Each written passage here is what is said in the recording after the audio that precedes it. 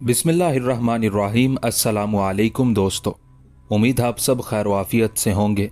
अताबकान मौसल यानी अमीर इमादुद्दीन जंगी फिर उनके बेटे नूरुद्दीन महमूद जंगी ने सलीबियों को जितनी शिकस्तें दी थी, उसकी वजह से तारीख इस्लाम और तारीख यूरोप उन मुजाहिदीन इस्लाम के कारनामों से भरी पड़ी है। अताबकान जमा है अताबिक की, जिसके मानी अतालीक के होते हैं। इस खानदान का मुरिस आला इमादुद्दीन जंगी सल्जोकी शहजादों का अतालीक मुकर्रर हुआ था, इसलिए ये खानदान इस नाम से मशहूर हुआ। सल्जोकियों के जवाल के बाद मुसलमानों की तमाम ताकत मौसल में जमा हो गई थी। मौसल इमादुद्दीन का दारुल सल्तनत था। इस अमीर की कदरदानी और सखावत ने तमाम आला किस्म के सरदारों, शाहसवारों और शमशीर जनों को मौसल में इकट्ठा कर दिया था। इस मुजाहिद ने ईसाई शहंशाह जॉन कॉम्निनस को सामान्य जंग छोड़ के मैदान से भागने पर मजबूर कर दिया था। फिर अल राहा को इमादुद्दीन जंगी ने फतह किया, जो शुमाल में ईसाइयों का सबसे बड़ा गढ़ था।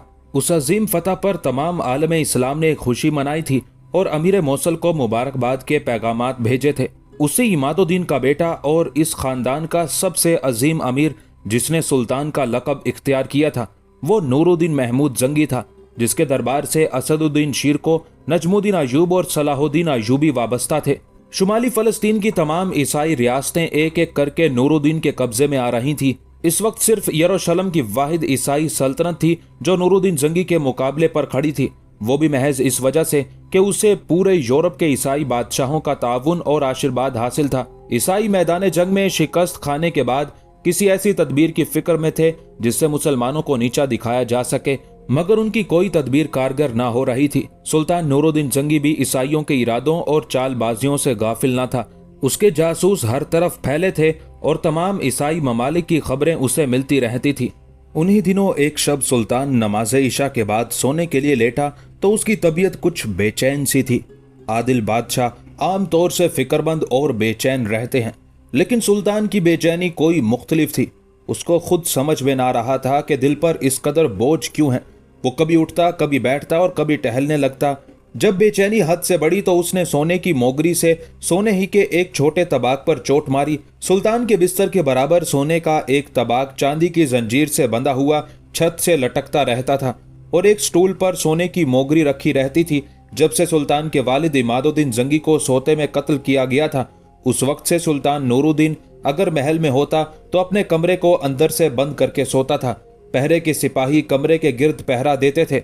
अगर सुल्तान को रात किसी वक्त किसी गुलाम या कनीज की जरूरत महसूस होती तो वो मोगरी से तबाक पर चोट मारता था, जिससे घंटा बजने जैसी आवाज पैदा होती और पहरा देने वाले गुलाम समझ जाते थे कि सुल्तान ने उन्हें तलब किया है। वो फौरन दरवाजे पर दस्तक देकर अपनी मौजूदगी का ऐलान करते थे। आवाज बुलंद होते ही पहरे पर मौजूद एक मुहाफिज ने दरवाजे पर दस्तक दी। सुल्तान ने दरवाजा पहले ही खोल दिया था। दस्तक की आवाज सुन के सुल्तान ने भारी आवाज में कहा, अंदर आ जाओ। मुहाफिज ने अंदर जाकर मुजरा पेश किया और सर झुकाकर खड़ा हो गया। सुल्तान ने इरशाद फरमाया, हमारी तबीयत मुकद्दर है, वजीर जमालुद्दीन मौसली को इत्तला दी जाए। मुहाफिज सलाम करके बाहर चला गया और सुल्तान ने टहलना शुरू कर दिया। सुल्तान अपनी तबीयत बहुत संभालता, लेकिन उस पर अजब तरह की घबराहट और वहशत सवार थी। उसे यूं महसूस होता जैसे कहीं कोई अहम वाकया पेश आया है या हादसा हुआ है जिसकी इत्तला बस आने ही वाली है। उधर शाही हरकारा वजीर जमालुद्दीन मौसली की हवेली पर पहुंचा। वजीर को उस वक्त जगाकर सुल्तान का हुक्म सुनाया गया। बेचारे मौलाना जमालुद्दीन के हाथ पैर फूल गए। उन्होंने परेशान होते हुए पूछा, है भाई, खैरियत तो है? सुल्तान के मिजाज कैसे हैं? हरकारा खुद घबराया हुआ था। मुझे कुछ पता नहीं सरकार, मुझसे तो ये बताया गया है कि मिजाज शाहाना मुकद्दर है, आपको फौरन याद फरमाया है। रात निस्फ के करीब गुजर चुकी थी। मौलाना ने मुंह पर एक एक छींटा मारा, जल्दी जल्दी कपड़े पहने और आके शाही सवारी पर बैठ गए। हरकारा सवारी साथ लेके आया था। सवारी महल पर पहुंची तो वहां हर एक घबराया हुआ था। मौलाना ने एक गुलाम से सरगोशियों में पूछा, आली जा के मिजाज कैसे हैं? गुलाम ने अदब से जवाब दिया, कुछ पता नहीं चलता साहिब, बस टहल रहे हैं, एक लम्हे को नहीं बैठे। खुदा मालूम क्या किस्सा है, किस फिक्र ने आली जा की नींद उड़ा दी है। वजीर जमालुद्दीन सहमे सहमे शाही ख्वाबगाह में दाखिल हुए और दरवाजे के पास ही खड़े हो गए। सुल्तान नूरुद्दीन टहल रहा था। आहट पाकर ठहरा। मौलाना पर नजर पड़ी तो फौरन कहा, मौलाना खुदा के लिए कोई सूरत पढ़ो, दम करो, हमारा दिल पहलू से निकला जाता है, किसी तरह चैन नहीं मिलता। खुदा मालूम हमसे कौन सा गुनाह कबीरा सरजद हुआ है जिसकी सजा हमें गैब से मिल रही है। वजीर पहले अपनी सलामती के लिए आयतें पढ़ रहे थे। सुल्तान के कहने पर उन्होंने कई आयतें पढ़कर सुल्तान पर दम किया, पानी पढ़कर पिलाया। आखिर कलाम इलाही ने असर दिखाया और सुल्तान का दिल कुछ ठहरा। सुल्तान ने खुदा का शुक्र अदा किया। वजीर ने अपनी सलामती पर अल्लाह का शुक्र अदा किया। सुल्तान ने अपनी पूरी कैफियत से मौलाना को आगाह किया। उन्होंने कुछ और पढ़ के पूरे कमरे में फूंके मारी और सुल्तान को अच्छी तरह मुतमईन करने की कोशिश की। 1 घंटे की मुसलसल कोशिश के बाद सुल्तान की तबीयत कुछ बहाल हुई और उसने मौलाना को रुखसत की इजाजत दी। आधी रात को एक वजीर के तलब किए जाने से तमाम महल्लाते शाही में तहलका मच गया था। सुल्तान के तमाम अजीजो अकारिब जो दमिश्क में मौजूद थे वो सब महल के बाहर जमा हो गए थे, लेकिन सुल्तान ने किसी को अंदर आने की इजाजत ना दी थी। फिर जब मौलाना रुखसत हुए तो सुल्तान ने उन सब को बाहर ही से रुखसत कर दिया। सुल्तान की तबीयत बहुत कुछ बहाल हो गई थी। सिर्फ एक बोझ या एक नामालूम खौफ उस पर अब भी तारी था। उसने उसे वहम से ताबीर किया और तकिए पर सर रखकर लेट गया। कलाम इलाही में बड़ी तासीर होती है। मौलाना ने उन पर कुरान हकीम की आयतें पढ़कर फूंकी थी, जिससे सुल्तान को सुकून मिला था और नींद आना शुरू हो गई थी। फिर न जाने उनकी पलक कब झपकी कि उनके सामने एक जाफिजा और रूह अफजा मंजर था। उन्होंने देखा कि एक बुजुर्ग जिनके चेहरे से नूर टपक रहा है वो सुल्तान को देख रहे हैं। सुल्तान को उस जलीलुल कदर हस्ती को पहचानने में जरा भी देर ना लगी। उसके दिल से एक आवाज उठी, क्या है दमिश्क के सुल्तान, देखता नहीं कि तेरे सामने सुल्तान दो आलम और ताजदार मदीना सल्लल्लाहु अलैहि वसल्लम जलवागर हैं। आगे बढ़ और अपनी आंखें उनके पैरों से मल के कल्ब को नूर से मुनव्वर कर ले। सुल्तान नूरुद्दीन जंगी अपने दिल के उस इंकशाफ पर लर्जा बरंदाम हो गया। उस पर हजूर पुरनूर सल्लल्लाहु अलैहि वसल्लम का ऐसा रोब तारी हुआ कि जबान गूंग हो गई और हाथ पैरों की ताकत जैसे सल्ब हो गई। उसने नीची नजरों से एक बार फिर हजूर सल्लल्लाहु अलैहि वसल्लम के चेहरा मुबारक को देखने की कोशिश की। यहाँ इस बात की वजाहत जरूरी है कि दीदार मोहम्मद सल्लल्लाहु अलैहि वसल्लम की तमन्ना हर मुसलमान के दिल में जागुजी है। दुनिया का कोई मुसलमान ऐसा नहीं जो बशारत रसूल सल्लल्लाहु अलैहि वसल्लम का तालिब ना हो। हजूर के खदोखाल और सरापा का नक्शा तारीखों और कुतुब सीरत में बयान किया गया है, लेकिन हर अकीदतमंद उस किताबी सरापे को अपने तसव्वुर में तरतीब देकर वो सूरत बना लेता है जो उसे सबसे ज्यादा अजीज है और जिसके दीदार की उसे तमन्ना है। इसलिए जिन खुश नसीबों को ख्वाब में दीदार नबी सल्लल्लाहु अलैहि वसल्लम की दौलत अता होती है, उन्हें अपने महबूब, दुनिया के महबूब और खालिक आलम के महबूब को पहचानने में जरा भी दिक्कत नहीं होती। उसका दिलो दिमाग आवाज देता है। यही है वो जिनकी तेरी आंखों को तलाश थी। सुल्तान नूरुद्दीन जंगी भी आशिक रसूल सल्लल्लाहु अलैहि वसल्लम था। इश्क़ रसूल सल्लल्लाहु अलैहि वसल्लम उसे अपने वालिद इमादुद्दीन जंगी की तरफ से विरसे में मिला था। इसलिए जब हजूर सल्लल्लाहु अलैहि वसल्लम उसके ख्वाब में नजर आए तो उसका दिल फौरन पुकार उठा। निगाहे रूबरू सरकारे दो आलम सल्लल्लाहु अलैहि वसल्लम तशरीफ लाए हैं। सुल्तान की नजर अरब के चांद तक पहुंची थी कि उधर से एक समत इशारा हुआ। नूरुद्दीन ने फौरन उस समत नजर घुमा दी। क्या देखता है कि 2 उम्र रसीदा इंसान जो शक्ल और शबहात से मगरबी ममालिक के मालूम होते हैं, मगर उस वक्त मशरकी बल्कि इस्लामी लिबास में खड़े हैं। उनके चेहरों पर दाढ़ियां हैं मगर चेहरे बेरोनक हैं। उसी वक्त नबी करीम सल्लल्लाहु अलैहि वसल्लम की आवाज नूरुद्दीन के कानों में गूंजी, जैसे हजूर सल्लल्लाहु अलैहि वसल्लम फरमा रहे हों, देखते हो नूरुद्दीन, मुझे ये 2 कुत्ते परेशान कर रहे हैं। सुबह सुल्तान ने मौलाना जमालुद्दीन से उस बारे में गुफ्तगू की और बताया कि मैं बहुत मुस्तरिब हूँ कि हजूर सल्लल्लाहु अलैहि वसल्लम इस गुलाम से क्या चाहते हैं, जबकि ख्वाब में कोई और इशारा नहीं किया गया। सुल्तान ने बेचैनी से कहा, शाह, खानाजाद को इस इल्म में कोई खास दर्क नहीं। मौलाना जमालुद्दीन ने मजबूरी जाहिर की, हाँ, मैं अभी शहर और मजाफात में ढंढोरा पिटवा देता हूँ कि जो शख्स सुल्तान मुअज्जम के ख्वाब की सही ताबीर बताएगा उसे दौलत से माला माल कर दिया जाएगा। हाँ, ये तरकीब ठीक है। ताबीर भी एक इल्म है और इस पर हर शख्स को दस्तरस नहीं होती। सुल्तान ने मौलाना के मंसूबे की तायद की। क्या जब कि इस तरह कोई ऐसा शख्स आ जाए जो हमें फिक्र व तरद्दुद से निजात दिलाए। शहर और देहात में फौरन ऐलान कर दिया गया। सुल्तान अपने बेचैन दिलो दिमाग के साथ दरबार में जा बैठा। दानिश्वर और ताबीर गो आते रहे। उन्हें पहले वजीर अलामा जमालुद्दीन मौसली के सामने पेश होना पड़ा। मौलाना पहले उनके सामने सुल्तान का ख्वाब बयान करते, फिर ताबीर पूछते। अगर उसकी ताबीर में कुछ भी वजन नजर आता तो मौलाना उसे दरबार में पेश करते, वरना खुद ही रुखसत कर देते। इस तरह शाम तक सिर्फ 4 आदमियों ने खुद को मौलाना के सामने पेश किया और ख्वाब सुनकर अपनी अपनी अकल के मुताबिक ताबीर बयान की। लेकिन मौलाना को सिर्फ एक शख्स कुछ थोड़ा सा कायल कर सका। मौलाना ने 3 को वापस कर दिया और उस शख्स को दरबार में पेश कर दिया। सुल्तान ने ताबीर सुनी मगर वो मुतमईन ना हो सका। दिन उन बातों में गुजरा। मस्जिदों में हुक्म शाही के तहत दरूदो सलाम की महफिलें मुनक्किद हुई। गुरबा में सदका और खैरात तकसीम की गई। रात हुई तो सुल्तान ने तस्बीह संभाली और दरूद पढ़ने बैठ गए। दरूद पढ़ने से उसको तकवियत मिली और उसके दिमाग को सुकून मिला। 2 दिन से सुल्तान का खाना पीना बराए नाम रह गया था। इशा के बाद सुल्तान कुछ देर तस्बीह पढ़ता रहा, फिर सोने की कोशिश की। जहन की परेशानी कम हो गई थी। नींद का झोंका आया और सुल्तान सो गया। सुल्तान ख्वाब की आगोश में पहुंचा था कि फिर वही मंजर नजरों के सामने था। हजूर सल्लल्लाहु अलैहि वसल्लम की जुल्फें बिखरी थीं और चेहरे से परेशानी का इजहार हो रहा था।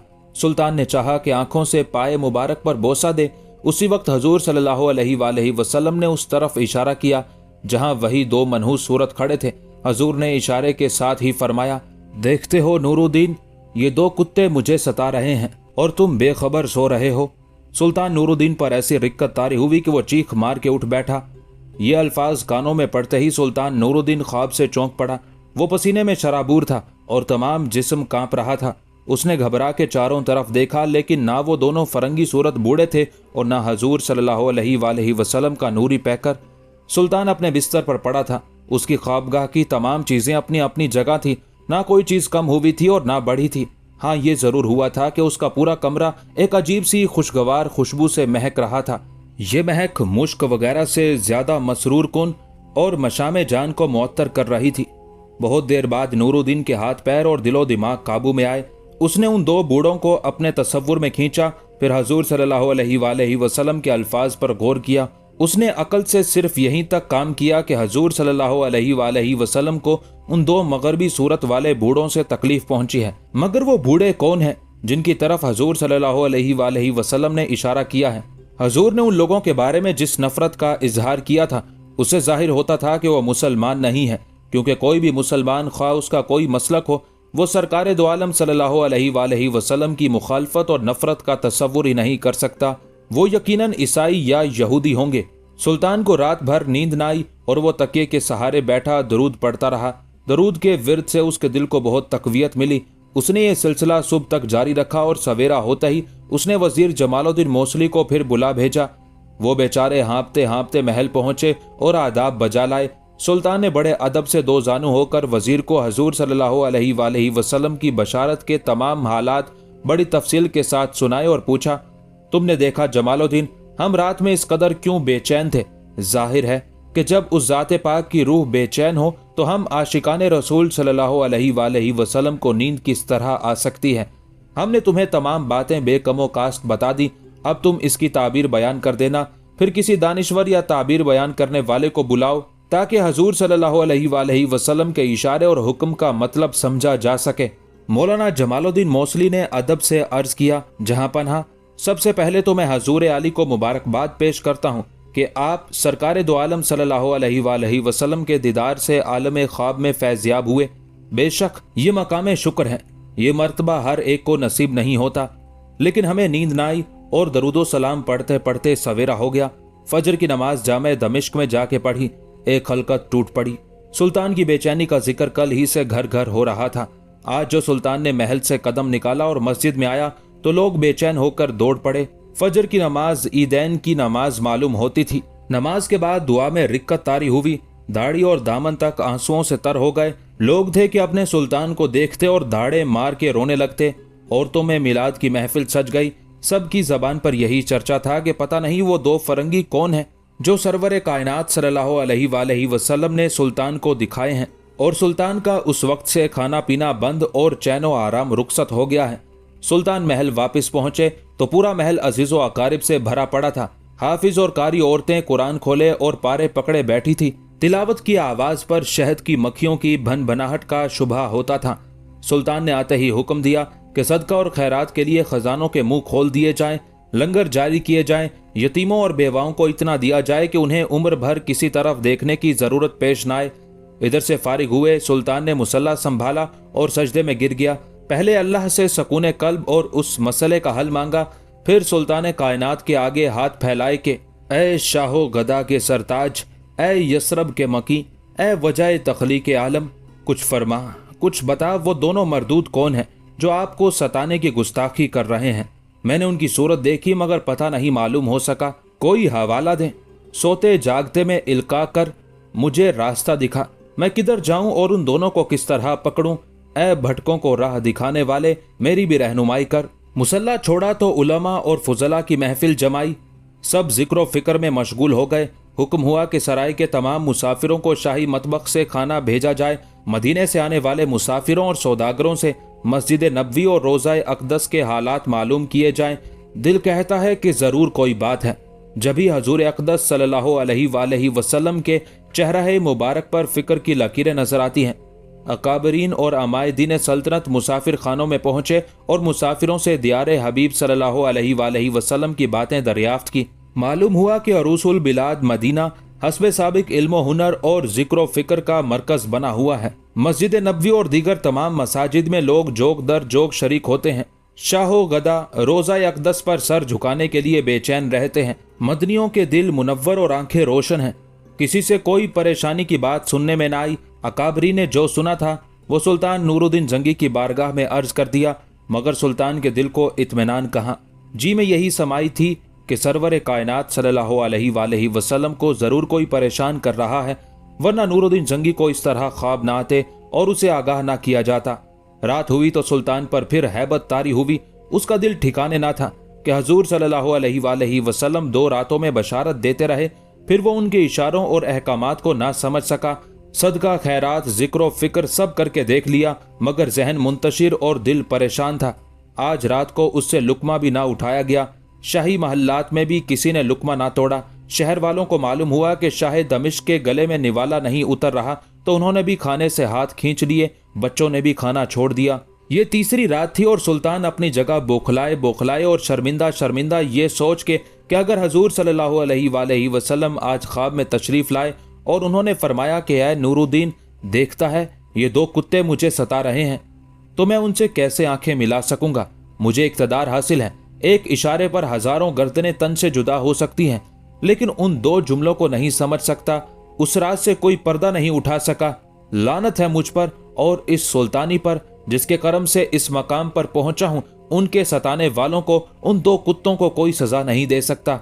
सुल्तान को शाम ही से तमाम उमराए नूरिया, असदुद्दीन शीर को, सलाहुद्दीन और फकी ईसा हकारी वगैरह ने घेर लिया था और ऐलान कर दिया था कि वो सुल्तान के करीब रहकर तमाम रात दरूद व अफकार में गुजारेंगे, ना खुद सोएंगे और ना सोने देंगे। सुल्तान ने उनके जज्बे की कदर करते हुए उन्हें इजाज़त दे दी थी कि वो रात जिस वक्त तक चाहें शाही ख्वाबगाह में सुल्तान के पास रह सकते हैं। सुल्तान ने खुद खाना नहीं खाया था, लेकिन उमराए नूरिया के लिए रात का खाना चुना गया।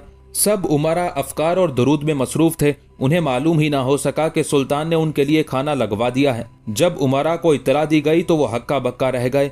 सुल्तान सामने मसहरी पर टेक लगाए बैठे तस्बीह घुमा रहे थे। तमाम उमरा उनके पास पहुंचे और हाथ बांध के खड़े हो गए। सुल्तान ने तस्बीह रोक के उमरा की तरफ देखा। शिरकों ने एक कदम बढ़कर अर्ज किया, आलिजा, बंदगाने दौलत को मालूम हुआ कि सुल्तान ने 3 दिन से खाने को हाथ नहीं लगाया। फिर ये समझ में नहीं आया कि खादमाने तख्त के लिए खाना क्यों तैयार कराया गया। तख्तो ताज के चांद तारों, सुल्तान ने कमाल नरम और संजीदा लहजे में कहा, हमारी तबीयत खाने की तरफ इस वजह से रागिब ना हो सकी कि हम सरवर कायनात सल्लल्लाहु अलैहि वसल्लम और सरवर कौनैन सल्लल्लाहु अलैहि वसल्लम से शर्मिंदा हैं। वो 2 रातों से उन 2 बदजातों को दिखा रहे हैं जो उनकी तकलीफ के बायस हैं, मगर हम सुल्तान होते हुए भी अब तक उन कमबख्तों तक नहीं पहुंच सके। इसमें किसी खौफ या परेशानी को दखल नहीं।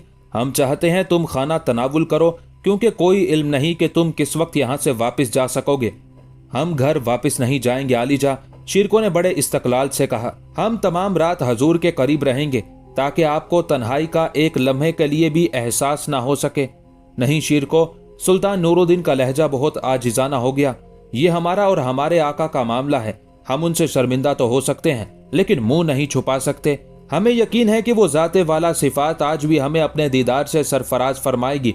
इसलिए ख्याल रहे कि जब हम पर नींद गालिब हो तो तुम लोग एक एक करके अपने घरों को चले जाना। सुल्तान ये कहकर फिर वजीफे में मसरूफ हो गया। निस्फ शब के करीब उस पर नींद ने गलबा किया। वो फौरन मसहरी से उतरा और जा नमाज बिछा के फिर दरूदो सलाम का सिलसिला शुरू कर दिया। वो नींद को दूर करने के लिए जा नमाज पर आया था, लेकिन नींद थी कि उसका जैसे ताकुब कर रही थी। वो बार बार सर को झटकता, चेहरे पर पानी के छींटे मारता, मगर नींद दूर होने की बजाय उस पर सवार होती जा रही थी। सुल्तान नूरुद्दीन को क्या मालूम था कि वो जिस नींद को भगा रहा है वो तो कुदरत की तरफ से उस पर नाजिल की जा रही है, ताकि उस काम की तकमील की सूरत पैदा हो जो उसे बेचैन किए हुए थी। उमरा, मशाइख और उलमा जो शरीके महफिल थे वो जिक्र फिक्र कर रहे थे और सुल्तान की हालत को भी देख रहे थे। सुल्तान ने कई बार गनूदगी के आलम में सर जाए नमाज पर रखा, फिर चौंक के सीधा हुआ। आखिर उसे नींद के आगे हथियार डालने पड़े और जाए नमाज ही पर लेट के सो गया। हाजरीन ने इशारों इशारों में बातें की और एक एक करके वहां से रुखसत हो गए। बाहर निकल के उन्हें मालूम हुआ कि पूरा शहर जाग रहा है और वो अपने सुल्तान की फिक्र और परेशानी में बराबर का शरीक है। इधर सुल्तान की आंख लगी।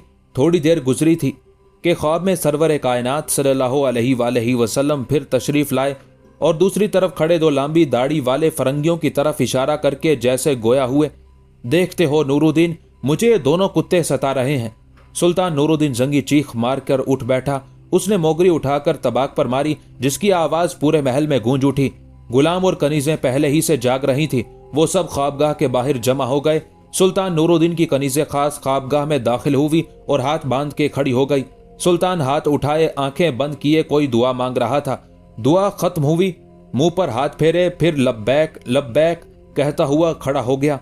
कनीज का सर अदब से और झुक गया। सुल्तान नूरुद्दीन जंगी ने एक अजब आलम सरमस्ती में हुक्म दिया, अलामा जमालुद्दीन मौसली को इत्तला दी जाए कि वो 20 सवारों के साथ तैयार होकर आ जाएं। नमाज फजर के बाद हम मदीनातुल नबी दियार हबीब रवाना होंगे। कनीज आदाब बजा लाकर बाहर चली गई। सुल्तान ने मशरकी दरीचा खोल के बाहर की तरफ देखा। सुबह सादिक के आसार नमूदार थे। सुल्तान ने फिर कनीज को बुलाया, हम फजर की नमाज मस्जिद में अदा करेंगे। अजान के फौरन बाद सुल्तान मस्जिद चले गए। मस्जिद में मामूल से ज्यादा नमाजियों की तादाद थी। सुल्तान ने नमाज के बाद खुशू व खुजू से दुआ मांगी, अल्लाह ताला उसे नबी करीम सल्लल्लाहु अलैहि वसल्लम की खिदमत का मौका अता फरमाए। महल वापिस आए तो इत्तला मिली कि अलामा जमालुद्दीन मौसली दर दौलत पर हाजिर है। शाही बेगमात को इत्तला हो गई थी कि सुल्तान मदीनातुन नबी तशरीफ लिए जा रहे हैं। वो सब रुखसत करने के लिए जमा थी।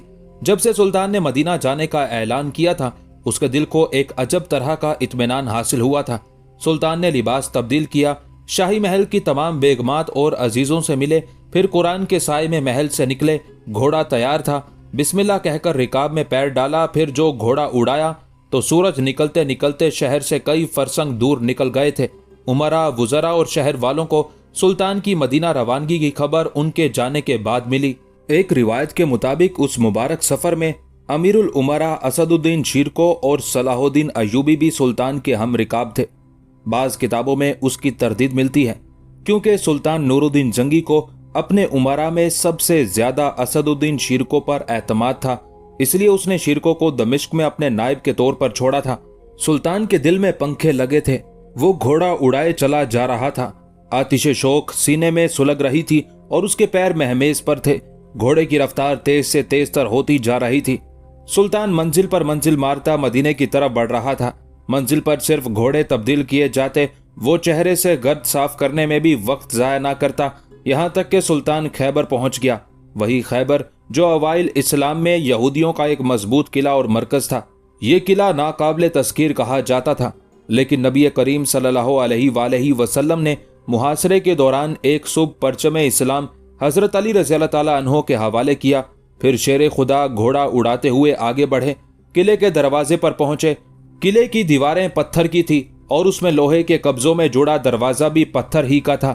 हजरत अली रज़ियल्लाहु ताला अन्हो ने कब्जों की दराज में उंगलियां डालकर दरवाजे पर हाथ जमाया और अल्लाह अकबर कहकर घोड़े को महमेज किया। ये हुक्म खुदाबंदी था और शेर खुदा की ताकत थी कि वो वजनी पत्थर मां कब्जों के दीवार से अलग होकर हजरत अली के हाथ में आ गया और मुसलमानों को किले में दाखिल होने का रास्ता मिल गया। रसूल करीम सल्लल्लाहु अलैहि वसल्लम ने उस मौके पर हजरत अली को शेर खुदा का खिताब अता किया था। अल्लामा जमालुद्दीन मौसली अगरचे वजीर थे और उनका शुमार मुक्तदिर अमायदीन सल्तनत में होता था, लेकिन उसके साथ ही ये एक बेहतरीन सवार भी थे। उन्होंने जिन सवारों का साथ चलने के लिए इंतखाब किया था वो एक से एक अच्छे सवार थे, लेकिन जब उन्हें सुल्तान नूरुद्दीन के साथ चलना पड़ा तो उनके छक्के छूट गए। सुल्तान यूं घोड़ा उड़ाता चल रहा था जैसे वो उसी घोड़े से आज ही मदीना मुनव्वरा पहुंच जाएगा। अल्लामा लाख अपना घोड़ा बढ़ाए कि अगर सुल्तान के बराबर नहीं तो कम अज कम उनके करीब तो रहें, लेकिन सुल्तान का यह आलम था कि जब मंजिल से दूसरा घोड़ा लेकर रिकाब में पैर डालते तो यूं मालूम होता जैसे हवा का एक झोंका सन से उधर से आया और उधर निकल गया। इस तरह अल्लामा और उनके साथ सवार किसी मंजिल पर भी सुल्तान के घोड़े से घोड़ा मिलाकर ना चल सके। हर मंजिल पर पहुंच के सुल्तान को उनके आने का इंतजार करना पड़ा। एक अंदाजे के मुताबिक दमिश्क और मदीना मुनव्वरा का एक तेज रफ्तार घोड़े पर कम से कम 24 दिन का फासला था। ये सुल्तान नूरुद्दीन जंगी का रोज़ाए नबी सल्लल्लाहु अलैहि वसल्लम के दीदार का शौक था कि उसने ये फासला सिर्फ 16 दिन में तय कर लिया, मगर हालत ये थी कि लिबास पर गर्द की तहें जमी थी, धूल में अटे चेहरे जैसे भभूत मली हुई थी। ऐसी हालत में रोज़ाए रसूल सल्लल्लाहु अलैहि वसल्लम पर जाना कुछ मुनासिब ना था, लेकिन शौक़े दीदार और तजस्सुस इस कदर बढ़ा हुआ था कि घोड़े जेल मुबल्लिग के करीब नफ्से ज़किया के आस्ताने पर छोड़े और उसी आलम में दाखिल होकर रोज़ाए रसूल सल्लल्लाहु अलैहि वसल्लम की जालियों को बोसा दिया। दम के दम में पूरे मदीने में खबर फैल गई कि सवारों का एक दस्ता कहीं दूर दराज मुल्क से सफर करके दियारे हबीब पर जबहा साई के लिए हाजिर हुआ है। मस्जिद नबवी के मुतवल्ली शेखुल हरम को मालूम हुआ तो फौरन हाजिर हुए। उन्हें पहले ही किसी ने बता दिया था कि दूर दराज के ये मुसाफिर कोई मामूली हैसियत के आदमी नहीं, बल्कि इस गिरोह ज़ायरीन में सुल्तान वक्त नूरुद्दीन जंगी बनफ्से नफीस मौजूद हैं। शेखुल हरम तशरीफ लाए जाने वालों ने एक दूसरे का तारुफ कराया। सुल्तान ने खड़े होकर शेखुल हरम को खुशामदीद कहा। शेखुल हरम ने अपने सुल्तान को फिर उनके आदमियों को एक एक करके गले लगाया। सुल्तान अपनी बेचैनी छुपा ना सका। उसने अदब से सवाल किया, मोहतरम शेखुल हरम फरमाइए, रोज़ाए महबूबे खुदा और मस्जिद नबवी में कोई ऐसा वाक़या तो पेश नहीं आया जिससे मुसलमानाने आलम को तकलीफ पहुंची हो। शेखुल हरम ने हैरान नजरों से सुल्तान को देखा। आली हजरत, रोज़ा अक़दस पर सुबह शाम तक ज़ायरीन और मुश्ताकीन का हजूम रहता है।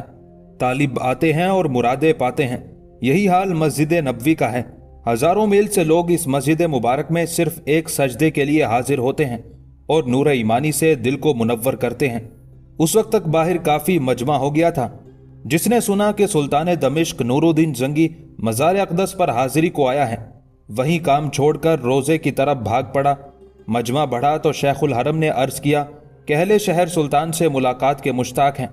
सुल्तान का दिलो दिमाग तो किसी और तरफ लगा था। एक खलिश थी, एक दर्द था जो उसे चैन ना लेने देता था। उसने शेखुल हरम के जरिए अहले शहर को पैगाम दिया कि सुल्तान अभी मदीना तो नबी में कई रोज क़याम करेंगे और किसी मुनासिब मौके पर उनकी आरजू पूरी करेंगे। सुल्तान दमिश्क नूरुद्दीन जंगी के मदीना आने की खबर हाकिम शहर तक पहुंची तो वह फौरन रोज़ाए रसूल सल्लल्लाहु अलैहि वसल्लम की तरफ रवाना हुआ। सुल्तान उस वक्त शेखुल हरम के हुजरे में तशरीफ फरमा थे। हाकिम शहर वहीं पहुंच गया। शेखुल हरम ने हाकिम शहर को सुल्तान से मिलाया।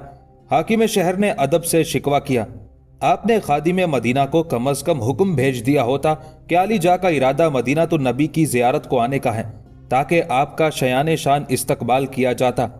हुजरे में उस वक्त शेखुल हरम के अलावा कुछ और आदमी सुल्तान की सलामी को हाजिर हुए थे। उन्हें देखते हुए सुल्तान ने शेखुल हरम से कहा, हम तखलिये में हाकिम शहर से गुफ्तगू करना चाहते हैं। शेखुल हरम सुल्तान का मतलब समझ गए। उन्होंने सरगोशियों में लोगों से बाहर जाने की दरख्वास्त की। सब लोग बाहर चले गए तो शेखुल हरम भी जाने लगे। सुल्तान ने उन्हें रोका, आप तशरीफ रखिए, आपकी मौजूदगी जरूरी है। शेखुल हरम दरवाजे तक पहुंच चुके थे। वो वापस आकर अपनी जगह बैठ गए। शेखुल हरम, हाकिम शहर और अलामा मौसली के अलावा हुजरे में अब कोई और ना रह गया था। सुल्तान ने शेखुल हरम को मुखातिब किया, अगर थोड़ी देर कोई हुजरे में ना आए तो ज्यादा बेहतर है, मैं अभी इंतजाम किए देता हूँ। ये कहते हुए शेखुल हरम अपनी जगह से उठे और बाहर चले गए। कुछ देर के बाद शेखुल हरम वापस आके बोले, आलीजा गुफ्तगू फरमाए, कोई शख्स मुखिल नहीं होगा। सुल्तान ने हाकिम शहर की तरफ देखा, हम अपने आने की तला किस तरह देते, हमें खुद मालूम नहीं था कि बारगाहे आली में हमें फौरन हाजिरी का हुक्म होगा। सुल्तान ने एक लम्हा रुककर दर्द में डूबी आवाज में कहा, हम जख्मी हैं हाकिम शहर, दिलो दिमाग सही तौर पर काम नहीं कर रहे। एक टीस सी सीने में उठती है। 3 रात हमने मुसलसल एक ही ख्वाब देखा और हर बार ताजदार हरम सल्लल्लाहु अलैहि वसल्लम ने हमें सरजनिश की, लेकिन हम ख्वाब की ताबीर तक ना पहुंच सके। दमिश्क के तमाम दानिश्वर और उलमा व फुजला ख्वाब की ताबीर से कासिर रहे। तब हम खुद ही रोज़ा मुबारक सल्लल्लाहु अलैहि वसल्लम पर हाजिर हो गए कि शायद यहाँ हमारी रहनुमाई की जाएगी और हम उस फर्ज को अदा कर सकें जिसकी तरफ ख्वाब में बार बार इशारा किया गया था। शेखुल हरम और हाकिम शहर दोनों को वो ख्वाब सुनने का इश्तियाक हुआ जिसकी ताबीर के लिए वक्त का सबसे बड़ा सुल्तान और मुजाहिद दमिश्क से मदीना तक उफ्ता व खेजा आया है। हाकिम शहर ने अदब से अर्ज किया, ए आली मकाम सुल्तान, अगरचे हमारी अकल दमिश्क के दानिश्वरों से ज्यादा तेज नहीं, लेकिन आपके ख्वाब का ताल्लुक मज़ार अक़दस या साहिब मज़ार सरकार मदीना सल्लल्लाहु अलैहि वसल्लम से मालूम होता है, इसलिए हम नाकिस अकल वालों को अपने ख्वाब में शरीक फरमाइए। शायद इस ज़मीन की बरकत से उक़दा हल हो जाए और आपका इस्तराब ख़त्म हो। सुल्तान ने ख्वाब दोहराना शुरू किया। ये ख्वाब मुझे मुतवातिर 3 रातें नजर आया और इसके नजर आने का वक्त अंदाज़न निस्फ शब के बाद का है। मैंने देखा कि मैं सरकार दो आलम सल्लल्लाहु अलैहि वसल्लम के सामने खड़ा हूँ और हजूर पाक एक तरफ इशारा करके जैसे फरमा रहे हैं, देखो नूरुद्दीन, मुझे ये 2 कुत्ते सता रहे हैं। मैंने नजर घुमाई, दोनों फरंगी उसी जगह तस्बीहात लिए खड़े थे। मैं चीख मार के उठ बैठा और सुबह तक दरूद पढ़ता रहा, मगर चैन किसी सूरत ना रहा था। सुबह को फिर खैरात और सदकात का बाजार गर्म हुआ। मैंने ख्वाब की ताबीर बताने वालों को मुंह मांगा इनाम का ऐलान करा दिया था। इधर खैरात तकसीम होती रही और उधर मुख्तलिफ दानिश्वर और नौजवान ख्वाब की ताबीर बयान करते रहे, लेकिन कोई मुझे मुतमईन ना कर सका। दिन तमाम हुआ और रात आई तो जैसे मेरे सर पर पहाड़ आ गया। अहले खाना और महल्लात शाही की तमाम बेगमात दरूदो सलाम में मशगूल दुआ मांग रही थी, लेकिन मैं था कि माही बेआब की तरह तड़प रहा था। इस तरह दरूद पढ़ते निस्फ शब गुजरी और न जाने कब मुझ पर गनूदगी तारी हुई और मैं सो गया।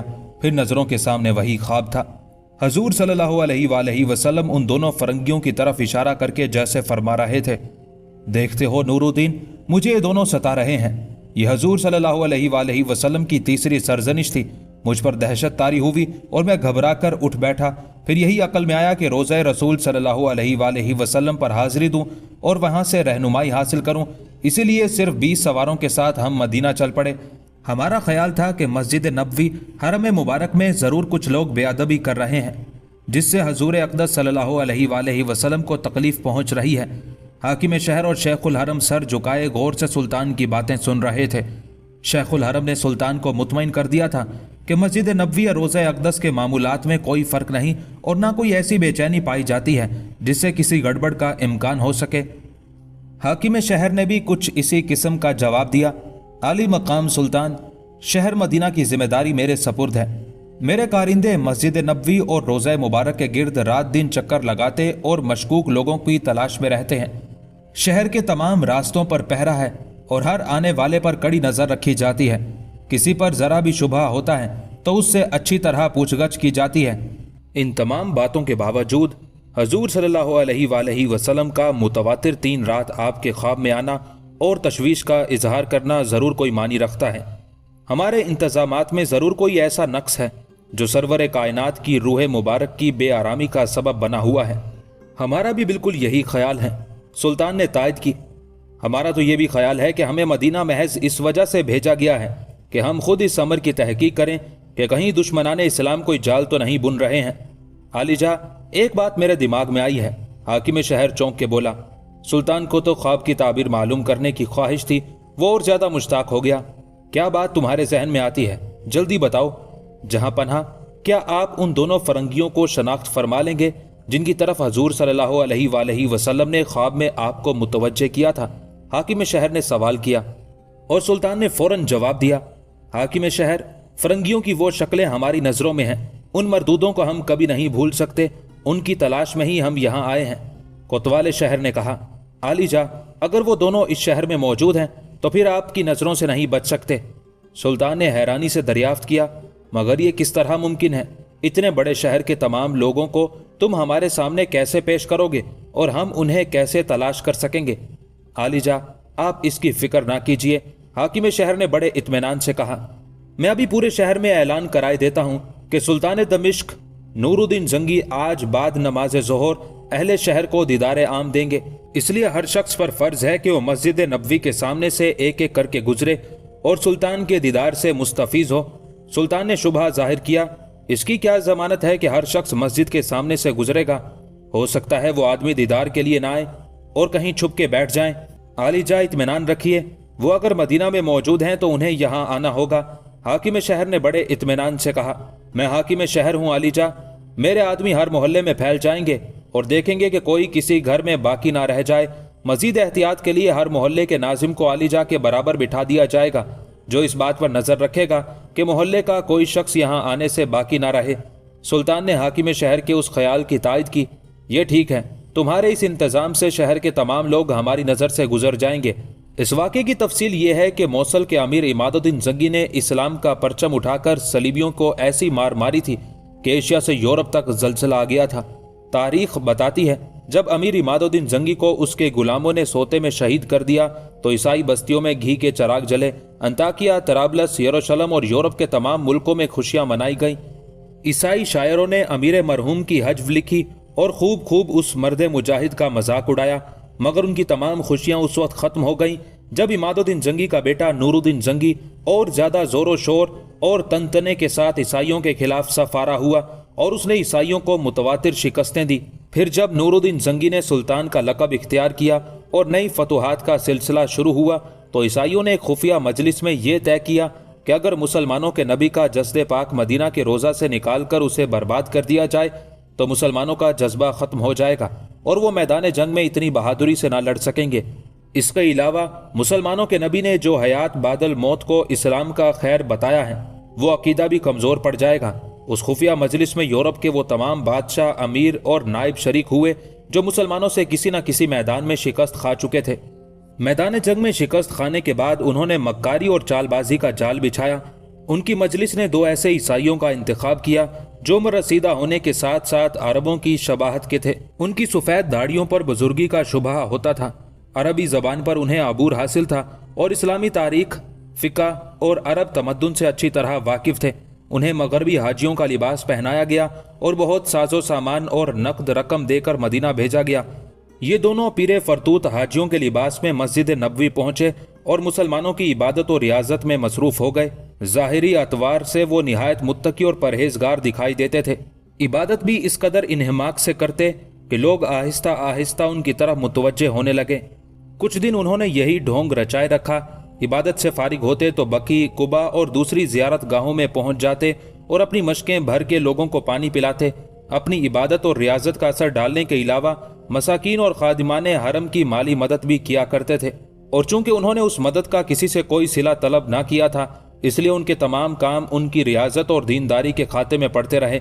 ज्यादा अरसा ना गुजरा था कि वो हरम और मस्जिद नबवी के मोतमदीन में शामिल हो गए। उस तरफ से मुतमईन होने के बाद उन्होंने हरम नबवी के जनूब समत दीवार के साथ ही एक मकान किराए पर हासिल कर लिया और अब दोनों ने अपने फासिद और शैतानी इरादों को अमली जामा पहनाना शुरू किया। उन बदजातों का मंसूबा यह था कि वो अपने किराए के घर के अंदर से दीवार के नीचे से होकर एक सुरंग बनाए जो हजूर सल्लल्लाहु अलैहि वसल्लम के रोज़ा अक़दस तक पहुँचे। वो दिन भर तो मशकें भर भर के ज़ियारत गाहों पर आने वालों को पानी पिलाते और अपनी दयानतदारी का सिक्का जमाते और रात होते ही सुरंग खोदना शुरू कर देते।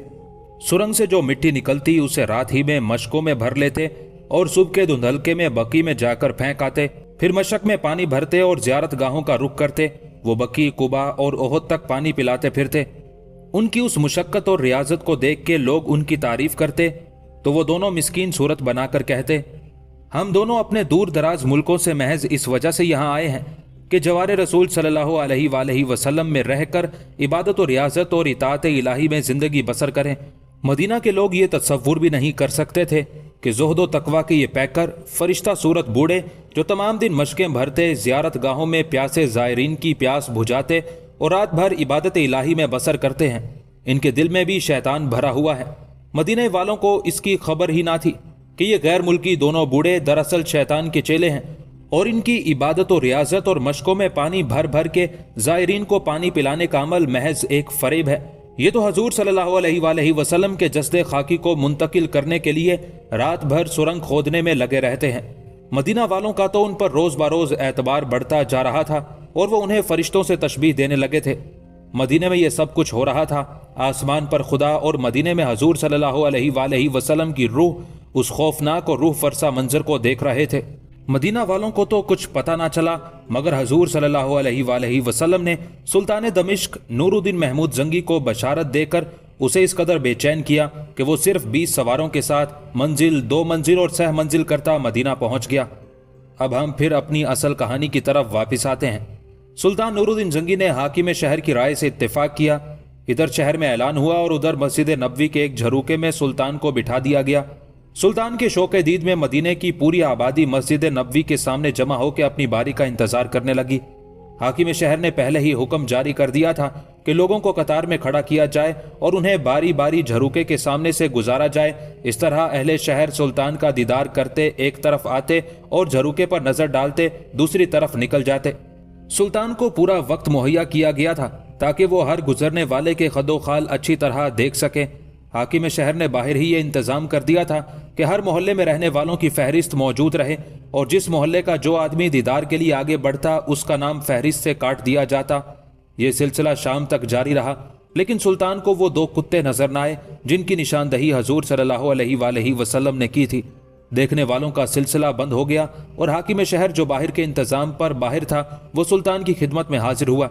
सुल्तान ने हाकिम शहर के सवाल करने से पहले ही बड़े तासुफ से कहा, अफसोस का मकाम है वो दोनों मरदूद नजर नहीं आए और तुम्हारी एक अहम तदबीर कारगर ना हो सकी। हाकिम शहर शर्मिंदा हो रहा था। आलीजा, इससे बेहतर तो कोई और तदबीर हो ही नहीं सकती थी। मेरा ख्याल है शायद वो दोनों मतलूबा अशखास मदीने में मुकीम नहीं है। हो सकता है कि वो बाहर से आकर कोई हरकत करते हों फिर वापस चले जाते हों। सुल्तान किसी फिक्र में था, सर उठा के बोला, क्या तुम्हें यकीन है कि मदीने का हर बाशिंदा हमारे सामने से गुजरा है? यकीन यही है आलीजा, हाकिम शहर ने कहा। मैंने एहतियात के तौर पर शुमार कुनंदा मुकर्रर किए थे, वो अभी फहरिस्तें पेश करेंगे। उन फहरिस्तों से मालूम हो जाएगा कि किस मोहल्ले का कौन शख्स यहाँ नहीं पहुंच सका और उसके ना आने की क्या वजह है। उसी वक्त एक शख्स तमाम फहरिस्तें लेकर हाजिर हुआ। हाकिम शहर ने हर मोहल्ले की फहरिस्त को शुरू से आखिर तक मुलाहिजा किया। तमाम फहरिस्तें मुकम्मल थी। हर आदमी के नाम के सामने निशान लगा था, जिसका मतलब ये था कि वो दीदार के लिए हाजिर हुआ था। सिर्फ एक फहरिस्त ऐसी थी जिसमें 2 आदमियों के सामने कोई निशान न था। इसका मतलब था कि वो 2 आदमी दीदार के लिए हाजिर नहीं हुए थे। हाकिम शहर ने ये फहरिस्त अलग रख ली और बाकी फहरिस्तें एक एक करके सुल्तान के सामने पेश करना शुरू की। मुलाहिजा फरमाइए सुल्तान मुअज्जम, हाकिम शहर ने एक फहरिस्त सुल्तान के हाथ में देते हुए कहा, इस फहरिस्त के हर आदमी के नाम के सामने निशान लगा है। इसका मतलब है कि इस मोहल्ले के तमाम आदमी दीदार के लिए आए थे। सुल्तान ने फहरिस्त अपने हाथ में लेके जल्दी जल्दी उस पर नजर डाली। तमाम नामों के सामने निशान लगा था। इस तरह दूसरी तीसरी यहाँ तक के तमाम फहरिस्तें सुल्तान के मुलाहिजा से गुजरी। उन सब पर नामों के सामने निशान लगे थे। सुल्तान ने यह महसूस किया था कि हाकिम शहर ने एक फहरिस्त निकाल के अलग रख ली थी। वो फहरिस्त सुल्तान की नजर में थी। शायद एक फहरिस्त अभी देखने से रह गई थी। सुल्तान ने जैसे हाकिम शहर को याद दहानी कराई, जी आलीजा, आपने बिल्कुल दुरुस्त फरमाया। हाकिम शहर ने अदब से कहा, इस फहरिस्त में 2 आदमियों की गैर हाजिरी है। मैंने फहरिस्त को इसलिए अलग रख लिया था कि उन दोनों गैर हाजिरों की मैं अपने कलम से हाजिरी लगाऊंगा, क्योंकि ना सिर्फ मैं बल्कि उनकी बुजुर्गी, ज़ुहद तकवा और इबादत और रियाजत का पूरा मदीना शाहिद है। ये दोनों फजर की नमाज जमात के साथ पढ़ के अपनी अपनी मशकें संभालते हैं और बकी और कुबा की तरफ निकल जाते हैं। उन मशकों में पानी भरा हुआ होता है और ये अल्लाह वाले उन मकामात पर आने वाले ज़ायरीन को पानी पिलाते हैं। वक्त मिलता है तो फिर मज़ारात पर जारोब कशी करते हैं। इस तरह उनका सारा दिन गुजर जाता है। फिर ये शाम को वापस आते हैं। मगरिब और इशा की नमाज मस्जिद नबवी में पढ़ के अपने घर को वापस जाते हैं। हाकिम शहर, सुल्तान ने शाहाना अंदाज में कहा, तुम्हारी इस तवील तमहीद से हमने ये नतीजा निकाला है कि 2 हस्तियां जो तुम्हारे ख्याल में बहुत ज्यादा काबिल एहतराम और बुजुर्ग हैं, ये हमारे दीदार को नहीं आई। हमने निस्फ दिन झरोके में बैठ के लोगों के चेहरे देखे और उन्हें अपना चेहरा दिखाया। क्या मदीना के किसी शख्स ने उन्हें नहीं बताया कि सुल्तान दमिश्क झरोके में बैठा दीदारे आम दे रहा है? ऐसे बेनियाज इंसानों को हम अपनी आंख से देखना चाहते हैं। उन्हें इसी वक्त बेउज़्र हाजिर किया जाए। खबरदार इस हुक्म की कतई खिलाफ वर्जी ना हो। अगर वो दोनों अशखास किसी तरह मदीने से भागने में कामयाब हो गए तो उसके तुम जिम्मेदार होगे। ये कहकर सुल्तान ने हाकिम शहर की तरफ से मुंह घुमा लिया था, जिसका मतलब था कि उसे मजीद बोलने की जरूरत नहीं और ये कि वो हुक्म की तामील के लिए रवाना हो जाए। हाकिम शहर के हाथों के तोते उड़ गए। वो अपनी कारगुजारी पर बहुत खुश हो रहा था, लेकिन अब वो खुद मुसीबत में फंस गया था। उसके साथ जितने सिपाही और हरकारे थे, उन्हें लेकर उसने वो घर घेर लिया जिसमें वो दोनों बज़ाहिर बुजुर्ग और बातिन शैतान रहा करते थे। उनका घर तो मस्जिद नबवी की दीवार के बराबर ही दूसरी जानिब था। घर घेरने के बाद हाकिम शहर ने घर के अंदर कदम रखा। उन दोनों को घर में देख के हाकिम शहर की जान में जान आई। उसके साथ ही उन पर दोनों बुजुर्गों की इबादत रियाजत का रौब तारी हो गया। उनमें से एक ने हाकिम शहर को अंदर आते देखकर कहा, ज़हे नसीब, हाकिम शहर हम गरीबों के घर तशरीफ लाए। दूसरे ने फौरन एक पुरानी सी चटाई बिछा दी। तशरीफ रखिए, इस घर में सिवाय इस चटाई के और कोई चीज लपेटने बिछाने के लिए नहीं है। जब रात को इबादत करते करते नींद का गलबा होता है तो हम दोनों इस चटाई पर सकूने कल्ब के साथ आड़े तिरछे लेट जाते हैं और खुदा का शुक्र अदा करते हैं कि उसने हमें मस्जिद नबवी के साथ लेटने की इज्जत अता फरमाई। हाकिम वक्त का दिल उनकी तरफ से बिल्कुल साफ हो गया था। उसने आजिज़ी से कहा, आज आप शायद अपने काम में बहुत मसरूफ रहे। कल से सुल्तान दमिश्क नूरुद्दीन जंगी यहाँ तशरीफ लाए हुए हैं। अहले शहर के इसरार पर आज उन्होंने मस्जिद नबवी के झरोके से लोगों को दीदार करवाया था। आप मुझे नजर नहीं आए थे, इसलिए मैं आपकी खैरियत दरियाफ्त करने हाजिर हुआ हूँ। सुल्तान दमिश्क का नाम सुनते ही उन्हें बुखार चढ़ गया था। एक ने लड़खड़ाते लहजे में पूछा, सुल्तान कब वापस जाएंगे? आप शायद सुल्तान का दीदार करना चाहते हैं। हाकिम शहर बावजूद उनसे मरूब होने के अपना फर्ज ना भूला था। आप मेरे साथ तशरीफ ले चलिए। सुल्तान भी आप जैसी बुजुर्ग हस्तियों से मुलाकात के ख्वाहिशमंद हैं। हमारी बूढ़ी हड्डियों को क्यों दखल देते हो हाकिम शहर? दूसरे ने दखल दिया, हम तो आम मुसलमानों के खादिम हैं, बादशाहों से हम नहीं मिलना चाहते, तुम कोई बहाना कर देना। आप ठीक फरमा रहे हैं, हाकिम शहर ने नरमी से कहा, लेकिन इस वक्त तो आपको तकलीफ करना ही पड़ेगी। सुल्तान मुलाकात के लिए बेचैन है। दोनों ने देखा कि अब बगैर जाए और कोई चारा नहीं, इसलिए बेझिझक उनके साथ हो लिए। उन्हें उम्मीद थी कि अगर सुल्तान ने कोई गलत बात की तो पूरा शहर मदीना उनका साथ देगा। चंद लम्हों में हाकिम शहर दोनों को लेकर मस्जिद नबवी में पहुंच गया। उस वक्त मगरिब की नमाज हो चुकी थी और लोग नमाज पढ़ के अपने घरों को वापस जा रहे थे। मस्जिद के सदर दरवाजे पर एक कंदील नुमा शम्मा जल रही थी, जिससे तेज रोशनी फैल रही थी। सुल्तान की नजरें दरवाजे पर लगी थी। जैसे ये दोनों हाकिम शहर के साथ मस्जिद में दाखिल हुए, सुल्तान घबराकर खड़ा हो गया और खुद उस जगह पहुंच गया जहां हाकिम शहर और वो दोनों आके खड़े हुए थे। सुल्तान ने हाकिम शहर को इशारे से करीब बुलाया और सरगोशियों में कहा, इन दोनों को सख्त पहरे में रखा जाए और हमें इनके घर ले जाया जाए। हाकिम शहर ने फौरन तामील की। दोनों बूढ़ों को साथ लेकर निकला और एक मकान में पहुंच के एक कमरे को अच्छी तरह देखा बाला कि कहीं ऐसा तो नहीं कि दोनों उस कमरे में से निकल भागे। जब उसे हर तरह इत्मीनान हो गया तो मकान के दरवाजे पर आया जहां दोनों बूढ़ों को सिपाहियों के पहरे में खड़ा किया गया था। पता नहीं बूढ़ों को कुछ शुबा हुआ था कि नहीं, लेकिन उनके चेहरों से कुछ भी जाहिर ना होता था। हाकिम शहर ने मुहज्जब तरीके से कहा, आप इस मकान में तशरीफ रखिए, सुल्तान कुछ मसरूफ हो गए हैं, फारिग होते ही आपसे मुलाकात करेंगे। उनमें से एक ने जवाब दिया, अगर इजाजत हो तो हम अपना घर बंद कराएं, फिर यहाँ इत्मीनान से बैठकर सुल्तान की तलबी का इंतजार करेंगे। आप दोनों मुत्तकी परहेजगार लोग हैं। मैं नहीं समझता कि आपके मकान में कोई ऐसी कीमती चीज है जिसे चोर उठा ले जाएंगे। हाकिम शहर ने जरा तल्ख लहजे में कहा, आपको शायद इल्म नहीं कि यह नबी का शहर है और यहाँ चोर घरों में नहीं घुसा करते।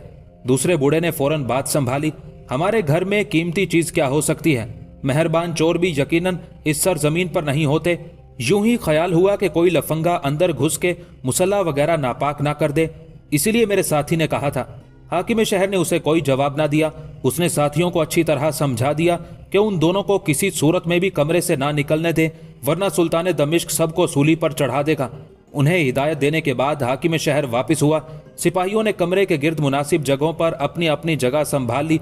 नूरुद्दीन ने हाकिम शहर को बताया कि इन्हीं की तरफ इशारा करते हुए नबी करीम सल्लल्लाहु अलैहि वसल्लम ने फरमाया था, नूरुद्दीन देखता नहीं, मुझे दो कुत्ते सता रहे हैं। हाकिम शहर को सुल्तान ने पहले ही इशारा कर दिया था। उसने कहा, आलीजा, हमारे दुश्मन भी किस कदर खतरनाक हैं, कोई शुबा भी नहीं कर सकता कि इन फरिश्ता सूरत बूढ़ों के दिल में शैतान घुसा हुआ है। दोनों बातें करते हुए उनके मकान पर पहुंच गए। मकान दूर ही कितना था, सिर्फ एक दीवार बीच में थी। मकान खुला हुआ था। ये दोनों 4 सिपाहियों के साथ मकान के अंदर गए। पुराना बना हुआ मकान मगर बहुत साफ सुथरा था। सिर्फ 2 कमरे थे। एक कमरे में चटाई बिछी थी और दूसरे कमरे में एक कहवा बनाने और खाना पकाने के मामूली बर्तन थे। सहन में मिट्टी के 2 लोटे रखे थे। खाने के बर्तन भी मिट्टी ही के थे। सुल्तान ने दोनों कमरों और सहन के 4 चक्कर लगाए, दीवारों को हाथ से ठोंक ठोंक के देखा, मगर सुबह की कोई चीज नजर न आई। सहन भी साफ शफाफ पड़ा था और कमरे भी। काफी देर हो गई मगर उन्हें कुछ नजर न आया। सुल्तान परेशान होने लगा। सूरत तो उन दोनों की बिल्कुल वही थी, मगर उनसे बेअदबी का कौन सा फेल सरजद हो रहा था, ये उकदा किसी तरह ना खुलता था। जिसमें खाना वगैरह पकाया जाता था, वहां एक तरफ मिट्टी के बर्तन और 4 ईंटें रखी थी। ईंटें ऊपर तले रखने के बजाय बराबर बिछा के चौका सा बनाया गया था। सुल्तान हर चीज मशकूक नजरों से देख रहा था। उसने हाकिम शहर को ईंटें हटाने का इशारा किया। हाकिम वक्त ने तामील हुक्म में जल्दी से 2 ईंटें ऊपर उठाई, लेकिन घबराहट में उसके हाथ से एक फर्श पर गिरी। उसके गिरने से हल्के धमाके की आवाज पैदा हुई, जिसे सुनकर सुल्तान चौंक पड़ा। उसने जमीन पर जोर से पैर मारा तो धम की आवाज आई। फर्श नीचे से खाली है, बेसाख्ता सुल्तान के मुंह से निकला। हाकिम शहर उसका मुंह देख कर रह गया। सुल्तान ने खुद झुककर बाकी दोनों ईंटों को उठाया, फर्श और दीवार के कोनों को उंगलियों से टटोला। सुल्तान की उंगली एक कड़े से टकराई। उसने कड़ा खींचा तो फर्श का एक टुकड़ा उसके साथ हट के अलग हो गया। सुल्तान ने हाकिम शहर के हाथ से शम्मा लेकर खाली जगह में देखा तो उसे मालूम हुआ कि ये एक सुरंग है। सुल्तान ने हुक्म दिया कि 2 सिपाहियों को अंदर बुलाया जाए, वो अपने साथ बड़ी बड़ी शम्में भी लाएं। सिपाही शम्में लेकर हाजिर हुए। सुल्तान ने उन्हें सुरंग में उतरने का हुक्म दिया। दोनों सिपाही शम्में हाथ में लिए बिस्मिल्लाह कहकर सुरंग में उतर गए। सुल्तान सर झुकाकर अंदर झांक रहा था और हाकिम शहर मुंह खोले खड़ा था। थोड़ी देर बाद दोनों सिपाही वापिस आ गए। एक ने अर्ज किया, आलीजा, सुरंग बिल्कुल नई खुदी है, फर्श की जमीन अब तक नम है। दूसरे ने मजीद तफसील बताई, सुल्तान मुअज्जम, सुरंग की लंबाई 10 फुट के करीब है, चौड़ाई ऊंचाई इतनी है कि आदमी बराबर चल सकते हैं। सुरंग अभी मुकम्मल नहीं हुई, मालूम होता है कि अभी खोदी जाएगी। सुल्तान सबको लेके मस्जिद नबवी में शेखुल हरम के हुजरे पर आया और हुक्म दिया कि बूढ़ों को हाजिर किया जाए। हाकिम शहर उन्हें लेने गया। पहरेदारों ने बताया कि बूढ़ों ने उन्हें बहुत लालच दिया और कई कीमती हीरे भी पेश किए, मगर उन्होंने उसे कमरे से नहीं निकलने दिया। बूढ़ों को कमरे से निकालकर उनके हाथ बांधे गए और उसी तरह वो सुल्तान नूरुद्दीन जंगी के सामने पेश किए गए। सुल्तान ने गुस्सा जब्त करते हुए फरमाया, सच सच बताओ कि तुम कौन हो और ये सुरंग क्यों खोद रहे थे। दोनों पर लर्जा तारी था। वो दोनों घुटनों के बल झुक गए और गिड़गिड़ाए, ऐ सुल्तान दोरा, हमें माफ कर दीजिए। हमारी हुकूमत ने हमें यहाँ इसलिए भेजा था कि हम रसूल अरबी सल्लल्लाहु अलैहि वसल्लम के जस्दे पाक को यहाँ से निकाल कर रोम ले जाएं, ताकि मुसलमानों का अकीदा हयात बादल मौत गलत साबित हो जाए और उनका जोशो जज्बा सर्द पड़ जाए। कहते हैं ये खबर मदीना में जंगल की आग की तरह फैल गई। जिसने सुना अंगुश्त बदंदा रह गया। उन्हें बड़ी मुश्किल से यकीन आया कि वो नूरानी चेहरे वाले आबिद व जाहिद मक्कार और शैतान के चेले हैं। हर एक उन्हें देखने के लिए मस्जिद नबवी की तरफ दौड़ा। दम के दम में हजारों का मजमा हो गया। उन्हें जो देखता लानत भेजता। अवाम मुतालबा कर रहे थे कि उन दोनों को उनके हवाले किया जाए ताकि वो उन्हें अजियत दे देकर ख़त्म करें। आखिर सुल्तान ने हुक्म दिया, दोनों मरदूदों को हुजरा शरीफ की दीवार की दूसरी तरफ, जहां तक ये सुरंग खोद चुके हैं, वहां उन्हें कत्ल किया जाए। सिपाही उन्हें पकड़ के दीवार की दूसरी तरफ ले गए और तकरीबन मदीने की तमाम आबादी की मौजूदगी में उन नाहंजारों को मौत के घाट उतार दिया गया। सुल्तान ने खुद भी उनके कत्ल का मंजर देखा। फिर उसने सजदाए शुक्र अदा किया कि इस नेक काम के लिए उसे मुंतखब किया गया। हजूर सल्लल्लाहु अलैहि वसल्लम की सुल्तान नूरुद्दीन जंगी पर बड़ी करम नवाजी थी। उन्होंने मदीना से हजारों मील दूर के एक मुस्लिम सुल्तान को इस नेक काम के लिए बुलवाया और उसके हाथों ये काम अंजाम पाया।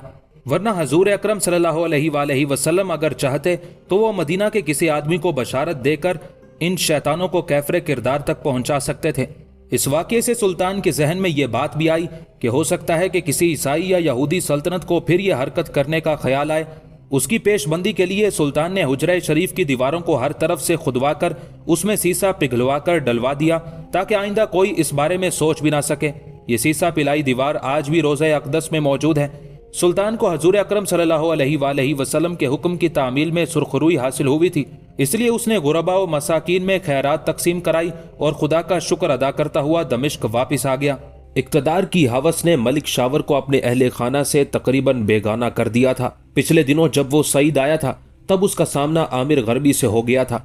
उस वक्त भी वो घर वालों से मिलने नहीं आया था, बल्कि उसका इरादा सईद में एक जबरदस्त किस्म की फौजी छावनी बनाने का था। इस सिलसिले में वो मौका देखने और जरूरी इंतजामात के लिए आया। आमिर गर्बी से अचानक मुलाकात से उसका दिमाग ऐसा उठा कि वो बीवी बच्चों के पास चंद घंटों से ज्यादा ना ठहर सका और फौजी छावनी का ख्याल तर्क करके उसी शब काहिरा वापस चला गया। उसकी बीवी को ये तो जरूर एहसास था कि उसका शोहर बे इंतहा मसरूफ शख्स है, लेकिन बहैसियत बीवी के मलिक शावर पर उसका भी कुछ हक था। इतने दिनों के बाद मलिक शावर यहाँ आया था तो कम से कम एक शब तो अपनी बीवी बच्चों में गुजारता, बल्कि उसने जो चंद घंटे हवेली में गुजारे भी तो बिल्कुल इसी तरह जैसे उसे बांध के रखा गया हो। हवस इक्तदार की हो या किसी और चीज की, ये इंसानी अकल पर पर्दा डाल देती है। मलिक शावर भी उस हवस में मुब्तला होकर हर एक को भूल गया था। उसने बाज ऐसे सरदारों और अमीरों को बड़ी पोशीदगी से मौत के घाट उतार दिया था जिन्होंने उसकी वजारत के लिए बड़े बड़े काम किए थे। इसी तरह उसके खानदान के तमाम लोग एक एक करके उसे छोड़ गए। उसका कोई अजीज जब किसी और शहर से काहिर आता तो उसकी ख्वाहिश होती वो अपने रिश्तेदार मलिक शावर से भी मुलाकात करे, लेकिन मलिक शावर ने हुक्म दे रखा था कि उसके किसी भी अजीज को दारुल वजारत में दाखिल ना होने दिया जाए। बीवी बच्चों को उसने दारुल वजारत में रहने की इजाजत ही ना दी थी, बल्कि अपने से दूर एक हवेली उन्हें रिहाइश के लिए दिलाई थी। उसका एक बेटा वजारत की जंग में मारा जा चुका था। मलिक शावर ने अपने बेटे को कहीं याद नहीं किया। उसका असर उसके बाकी दो बेटों पर पड़ा। उन्होंने बाप की सख्त मिजाजी और अजीजों से बेगानगी देखकर दारुल वजारत में रहना छोड़ दिया और नामालूम किधर चले गए थे। आमिर गर्बी को अगरचे उसने बचपन से पाला था, लेकिन अब सियासी मसलहतों की वजह से वो आमिर का जानी दुश्मन हो गया था। आमिर ने सोच लिया कि जरताज का हासिल करना अब जुए शीर लाने से कम न है और उसके लिए उसे मर्दों की तरह जीना और कुछ करके दिखाना है। सईद से वो काहिरा गया, फिर वहां से सिकंदरिया पहुंचा। उसे किसी जगह सुकून ना मिल रहा था। जरताज को भुलाने की वो जितनी कोशिश करता उतनी ही शिद्दत से उसकी याद सताती थी। सिकंदरिया भी उसने छोड़ दिया और बिलबेस गया। बिलबेस से फुस्ताद जाने की सोच रहा था कि उसे एक पुराना दोस्त कासिमुल हुसैन मिल गया।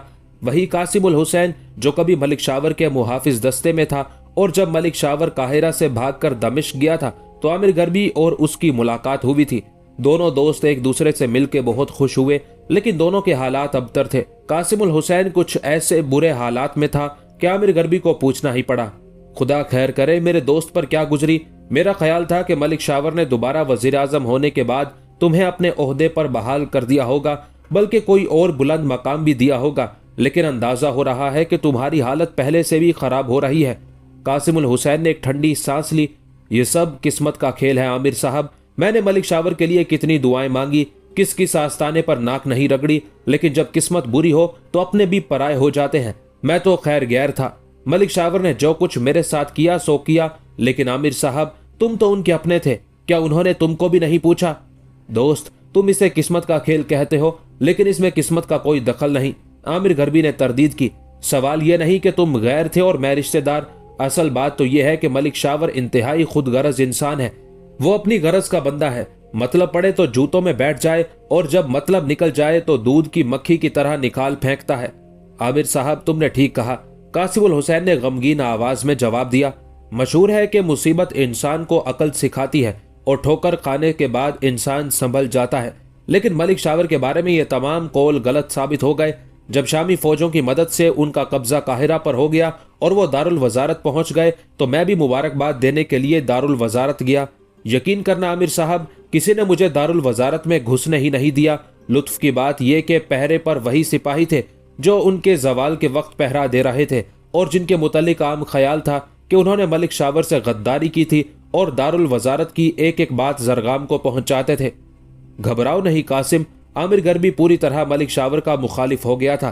तारीख अपने आप को दोहराती है। मलिक शावर ने अपनी मुसीबत से कोई सबक नहीं लिया। दोस्तों, हमदर्दों और रिश्तेदारों को छोड़कर दुश्मनों से नाता जोड़ा है। यही दुश्मन एक दिन फिर उसके इक्तदार का बेड़ा गर्क करेंगे। तुम देख लेना कि आज नहीं तो कल मिस्र में फिर इंकलाब आएगा। मलिक शावर ने शीरकों के साथ जिस बदअहदी का मुजाहरा किया है, क्या तुम समझते हो कि वो उसे भूल जाएगा? वो सुल्तान दमिश्क नूरुद्दीन जंगी का सिपह सालार है। मलिक शावर ने सुल्तान से वादा किया था कि वो उस मदद के बदले में तमाम जंगी अखराजात बर्दाश्त करेगा और मिस्र की 1/3 आमदनी बतौर खिराज दमिश्क को अदा किया करेगा। फिर तो ये समझो कि मिस्र पर मुसीबत आने ही वाली है। कासिमुल हुसैन ने सर हिलाया। बादशाह अपने नफा और नुकसान को कभी नहीं भूलते। वो तो एक एक पानी का हिसाब लेंगे। शामी सिपह सालार यहाँ से खाली वापस गया तो सुल्तान ने उससे भी बाजपुर्ज की होगी। आमिर ने उसे समझाया, सुल्तान ने वाकयात और हालात सुने जरूर होंगे, लेकिन जब उन्हें बताया गया होगा कि शामी फौज जिसकी मदद के लिए मिस्र गई थी, उसने वजारत पर फाइज होते ही न सिर्फ ये कि आंखें फेर ली, बल्कि शाही यरूशलेम को बुलाकर शामी फौजों को मुहासरे में ले लिया, वो तो शामी लश्कर के सिपह सालार और फौजियों की शुजात है कि वो तकरीबन 4 माह तक खंदकों में मोर्चा बंद रहे और मिस्री और यरूशलेम के मुश्तरका लश्कर उनका बाल भी बेका नहीं कर सके। कासिम उल हुसैन ने बात को मुख्तसर किया, आमिर साहब अब इन गुजरी बातों पर लानत भेजो, आइंदा क्या करने का इरादा है? आमिर ने जवाब दिया, मैंने फैसला किया कि अब मैं मर्दों की तरह जिंदा रहूंगा। बहनोई के साथ रहकर मैंने अपनी सलाहियतों को जंग लगा लिया। मर्द के बच्चे आगे बढ़ते और मैदान जंग में दादे शुजात देते हैं, लेकिन मैं घर में घुसा रहा और हर काम के लिए मलिक शावर का मुंह देखता रहा, जिसका नतीजा देख लिया। मेरा इरादा है कि मैं दमिश्क चला जाऊं। दमिश्क? खैरियत तो है, वहां क्या करोगे? कासिम उल हुसैन ने चौंक के बात काटी। मैं दमिश्क में शामी फौज में मुलाजिम हो जाऊंगा, आमिर ने बताया।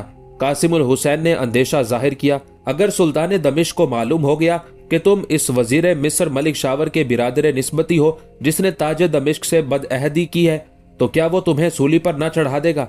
नहीं, ऐसा नहीं होगा, आमिर गरबी ने जवाब दिया। शामी सिपह सालार के सगे भतीजे सलाहुद्दीन से मेरी दोस्ती हो गई थी। मैंने उन्हें अपनी दास्तान गम सुनाई थी। उन्होंने खुद कहा था कि मर्द की जिंदगी गुजारो, अगर चाहो तो दमिश्क आ जाओ, वहां तुम्हें अच्छी मुलाजमत मिल सकती है। तो फिर फैसला हो गया आमिर साहब, कासिम उल हुसैन जल्दी से बोला। दोनों दमिश्क चलते हैं, वहां एक नई जिंदगी शुरू करेंगे, एक से भले दो। आमिर को क्या एतराज हो सकता था? उसने कासिम उल हुसैन के ख्याल की तायद भी की और तारीफ भी। दोनों ने सफर की तैयारी शुरू कर दी। कासिम उल हुसैन और आमिर गरबी बिलबेस से क्या निकले कि सर मुंडवाते ही ओले पड़ गए। शुमाल में जाने के लिए बिलबेस से 2 रास्ते निकलते थे। एक वो सीधा रास्ता जो यरूशलेम होता हुआ दमिश्क जाता था, तिजारती रास्ता भी यही था और काफले इधर ही से दमिश्क जाते थे। लेकिन कासिम उल हुसैन को उल्टी सूझी। उसने ऐलान कर दिया, हम रेगिस्तानी इलाके पार करके दमिश्क जाएंगे। आमिर गरबी ने वजह पूछी तो बड़े जोश से जवाब दिया, ईसाई काफिर बच्चे हैं, उनके इलाके से नहीं जाएंगे। बिल्कुल ठीक है, ईसाई मुशरिक हैं, काफिर हैं, आमिर ने तायद करते हुए कहा। लेकिन रेगिस्तानी इलाके से काफले नहीं जाते, वहां रेत के तूफान उठते हैं। रास्ता भूल गए तो कोई बताने वाला ना होगा। रेत के झकड़ों में दबकर मर जाओगे। कोई बात नहीं, मर जाएंगे लेकिन काफिर का एहसान नहीं लेंगे। कासिम उल हुसैन ऐसा अड़ा कि जमीन टला, जमा टला, ना टला गुल मोहम्मद। कासिम उल हुसैन बड़ा अड़ियल सवार था। यूं भी सिपाही किसी बात पर अड़ जाए तो कम अज कम उस वक्त तो वो किसी की नहीं मानता। आमिर गरबी ने उसे उसके हाल पर छोड़ दिया। सुबह हुई, चलने का वक्त आया तो आमिर गरबी ने मोहब्बत से समझाया, कासिम भाई, एक काफला यरूशलेम होता हुआ दमिश्क जा रहा है। कासिम ने भवें चढ़ाकर कहा, जाता है तो जाने दो, मैं क्या करूं? आमिर और नरम हो गया, क्यों ना हम उस काफले में शामिल हो जाएं, आराम से पहुंच जाएंगे दमिश्क। कासिम कब्जाए शमशीर पर हाथ रखकर बोला, दमिश्क जाने का फैसला रात को हो चुका है। मर्द अपनी जबान से नहीं फिरा करते। आमिर गरबी जल गया। मर्द बात नहीं बदलते, लेकिन बेवकूफ को अपनी बात जरूर बदलनी पड़ती है। सीधे रास्ते पर चलना है तो चलो, वरना क्या करोगे? कासिम उल हुसैन की तेवरियां चढ़ी हुई थी। आमिर मुस्कुरा दिया, वरना मैं तुम्हारे साथ नहीं जाऊंगा। अच्छा तो ये बात है, तुम मुझे अपना इरादा बदलने पर मजबूर कर रहे हो। मैं दरख्वास्त कर रहा हूं कासिम भाई। अगर मैं दरख्वास्त मंजूर ना करूं तो? आमिर हंस दिया, बहस खत्म हो गई। तुम अपना इरादा बदल नहीं सकते और मैं बिला वजह मौत को दावत नहीं दे सकता। हमारे रास्ते अलग अलग हो गए। तुम रेगिस्तान के रास्ते से आना, मैं यरूशलेम होता हुआ दमिश्क पहुंच रहा हूं। आमिर साहब, कासिम उल हुसैन ने जिच होते हुए कहा, मैं तुम्हारे साथ भी चल सकता हूं, लेकिन तुम्हारे साथ जाने में मुझे सुबकी महसूस होगी, क्योंकि मुझे तुम्हारी खातिर अपनी बात बदलना पड़ेगी। नादान कासिम उल हुसैन, आमिर गरबी चिढ़ गया। तुम्हारी नाकामी की वजह तो यह है कि तुम इंतहाई जिद्दी और अड़ियल हो, और जाहिर है ऐसे आदमियों की जिंदगी नाकाम रहती है। और तुम क्यों नाकाम हो आमिर साहब? कासिम उल हुसैन ने फौरन बदला लिया। ये बात भी सोचने की है। आमिर ने संजीदगी से जवाब दिया, हम दोनों की जिंदगियां नाकाम हैं। फिर लुत्फ ये कि हम दोनों ही एक शख्स को इल्जाम देते हैं जो मेरा बिरादर निस्बती और तुम्हारा आका है। तुम्हारी नाकामी की वजह तुम्हारी जिद्दी तबीयत है, लेकिन मुझ में बज़ाहिर ये आदत या कमी या बुराई नहीं। मैं दुश्मन से भी समझौता कर लेता हूँ। ठीक कह रहे हो आमिर साहब, कासिम उल हुसैन ने भरपूर तंज किया। दुश्मनों से समझौता कर लेते हो, लेकिन एक जरा सी बात पर मेरा साथ छोड़ने पर तैयार हो गए। आमिर बौखला गया। कासिमुल हुसैन ने उस वक्त ऐसी गिरफ्त की थी कि आमिर लाजवाब होकर रह गया। कासिमुल हुसैन ने उसे परेशान देखा तो लगी में और लगाई। मैं जिद्दी और अड़ियल सही, वजीर आजम मिस्र ने इसी वजह से मुझे मुंह नहीं लगाया। उनका बेटा कामिल मुझे मिल भी गया था, मगर मैंने उसे अपनी जिद की वजह से खो दिया। अब मैं तुम्हें नहीं खो सकता। तुम कैसे ही सही, लेकिन मुझसे बेहतर हो। चलो मैं तुम्हारे साथ यरूशलेम के रास्ते दमिश्क चलता हूँ। अब मुझे जिद्दी मत कहना। आमिर के पास कोई जवाब ही ना था। उसने पज मुर्दा लहजे में जवाब दिया, कासिम, मुझे अफसोस है कि मेरी बातों से तुम्हें तकलीफ पहुंची है। तुम्हारी बातों से जाहिर होता है कि तुम एक मुहिम जो इंसान हो और मसाइब से लड़ना चाहते हो। मैं भी तन आसानी पसंद नहीं करता। अब हम तुम दोनों रेगिस्तान के रास्ते से चलेंगे। कासिमुल हुसैन खिल उठा, सच? क्या तुम मुश्किल रास्ते से चलोगे? बिल्कुल चलेंगे, आमिर ने पूरे एतमाद से जवाब दिया। उस रास्ते पर हमें कारवां की जरूरत नहीं और ना कोई कारवां उधर से जाता है, इसलिए हम आज और इसी वक्त अपने सफर पर रवाना होंगे। कासिमुल हुसैन की खुशी की इंतहा ना रही। उसे खुद को रेगिस्तानी सफर का कोई तजर्बा ना था, लेकिन उसने ये जरूर सुन रखा था कि रेगिस्तानी इलाके में सफर करने वाले लोग रात भर सफर करते हैं और दिन होते ही किसी सायादार जगह में आराम करते हैं।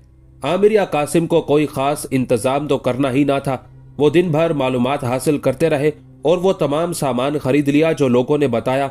शाम होते ही दोनों घोड़ों पर सामान बार करके एक इंतहाई खतरनाक सफर पर रवाना हुए। उनका ख्याल था कि रेगिस्तानी इलाका बिल्कुल सुनसान होगा, लेकिन ऐसा ना था। वो 4 घंटे मुसलसल सफर करते रहे। इस दौरान उन्हें आने जाने वाले कई सवार मिले। कोई बाकायदा काफिला तो नहीं मिला, लेकिन इक्का दुक्का राहगीर मिलते रहे। 2 घंटे मजीद सफर के बाद वो एक छोटे से नखलिस्तान में पहुंच गए।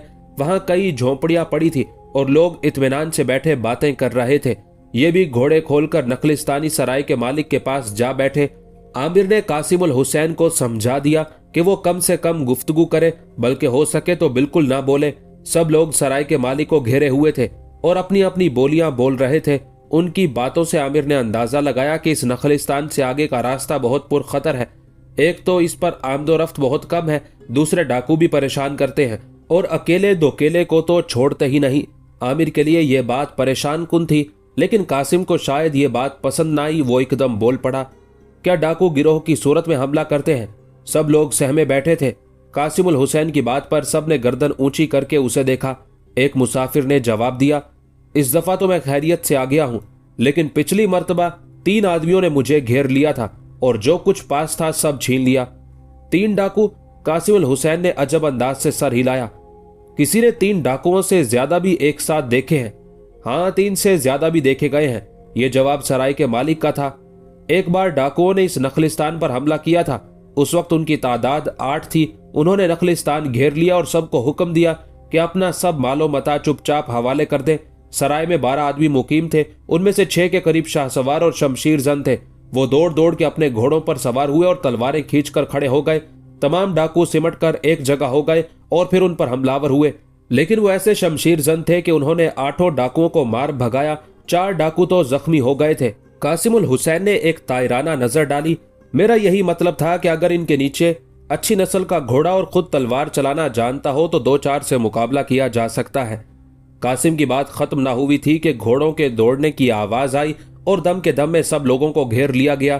कासिमुल हुसैन ने आमिर गर्मी को इशारा किया और फिर दोनों एक साथ तेजी से उठे और दौड़ के घोड़ों पर सवार हो गए। घोड़ों पर कोई साज न था और ये दोनों नंगी पीठ पर सवार हुए थे।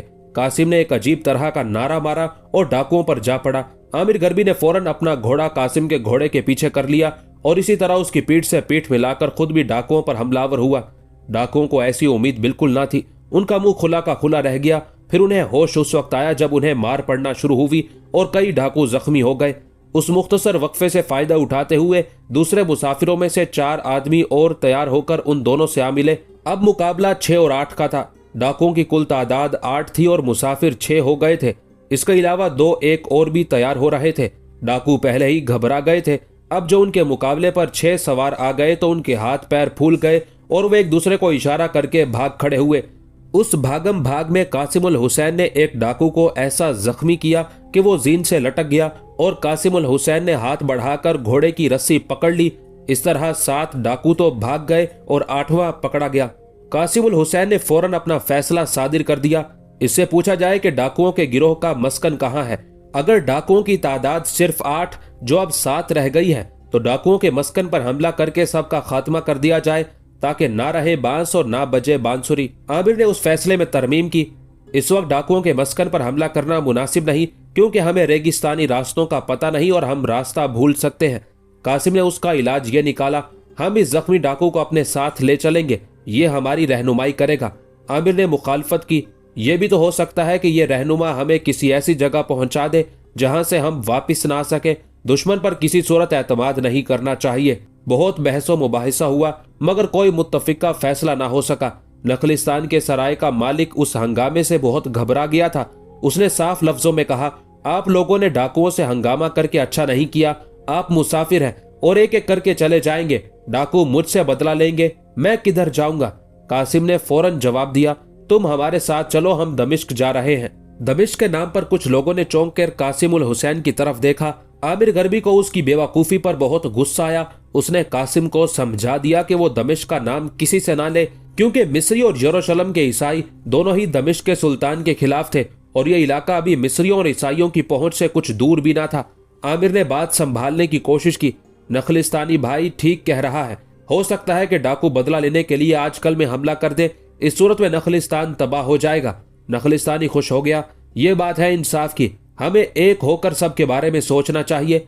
आमिर ने तायद कर दी, ठीक कहा तुमने, अब बताओ हमें क्या करना चाहिए।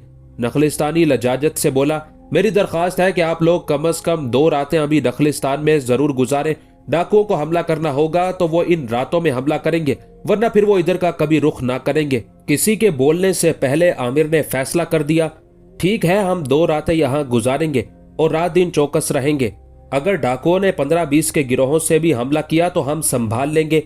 नखलिस्तानी बड़ा दिलवाला था। उसने ऐलान कर दिया कि 2 दिन तक तमाम मेहमान उसके मेहमान रहेंगे और उनसे कयामत आम का कोई मुआवजा नहीं लिया जाएगा। आमिर जल्द से जल्द दमिश्क पहुंच जाना चाहता था, लेकिन डाकुओं की गड़बड़ और कासिम उल हुसैन की हिमाकत ने 2 दिन के लिए और उस नखलिस्तान में रहने पर मजबूर कर दिया था। लोगों से बातें करने पर उसे मालूम हुआ कि नखलिस्तान हुकूमत के मातहत ना था, लेकिन यरूशलेम के ईसाई रियासत की सरहद सबसे ज्यादा करीब पड़ती थी, इसलिए उस पर ज्यादा असर ईसाइयों का था। नखलिस्तान के सराय का मालिक और ज्यादा लोग भी ईसाई थे और शाह इमालरिक को अपना बादशाह कहते थे। सुबह को एक शगुफा और खिला। दिन चढ़ते ही नखलिस्तान को यरूशलेम के फौजी सवारों ने घेर लिया। फौजी ने सराय के मालिक को पकड़कर अपने सरदार के सामने पेश कर दिया। सरदार ने डपट के पूछा, तुम्हारा ताल्लुक किस मजहब से है? उसने बेधड़क जवाब दिया, मैं खुदाबंदे यसू मसीह का परस्तार हूँ। सरदार ने दूसरा सवाल किया, नखलिस्तान में कुल कितने ईसाई हैं? उसका जवाब भी उसने बेतकल्लुफ दिया, हम सब ईसाई हैं, यहाँ दूसरे मजहब का कोई नहीं। सराय के मालिक ने सबको ईसाई बयान किया था, हालांकि उनमें कासिम उल हुसैन और आमिर गरबी 2 मुसलमान भी थे। आमिर के ख्याल के मुताबिक वहां कुछ और भी मुसलमान थे, लेकिन उन सबको ईसाई जाहिर किया गया था। ऐसा क्यों किया गया, ये बात आमिर और कासिम उल हुसैन की समझ में नहीं आ रही थी।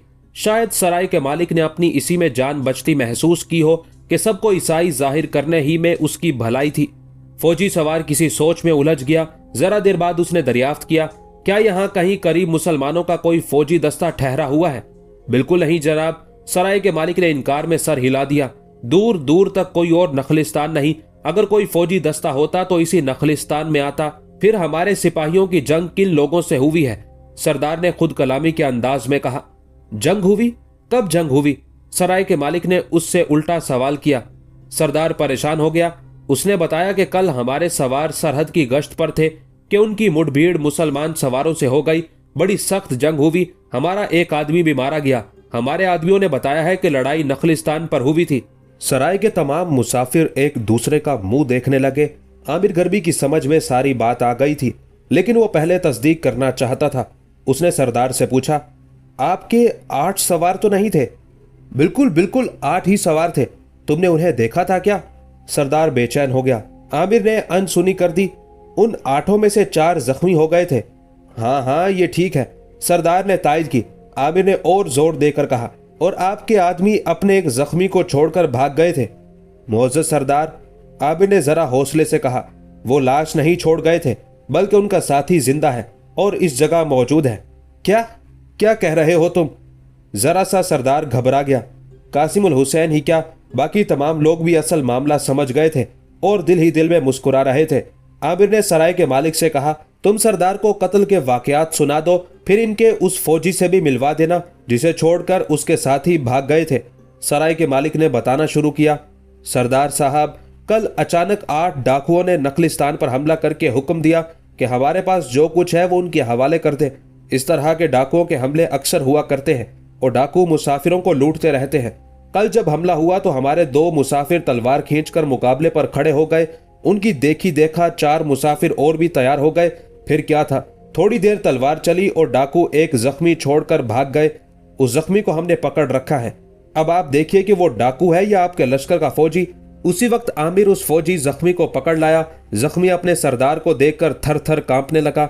ये रहा आपका गश्त करने वाला लश्करी और हम पर हमला करने वाले डाकू, आप इससे पूछिए। सरदार ने उससे डांट के पूछा, सच सच बता, तुम लोगों ने कल डाकू बनकर नखलिस्तान पर हमला किया था?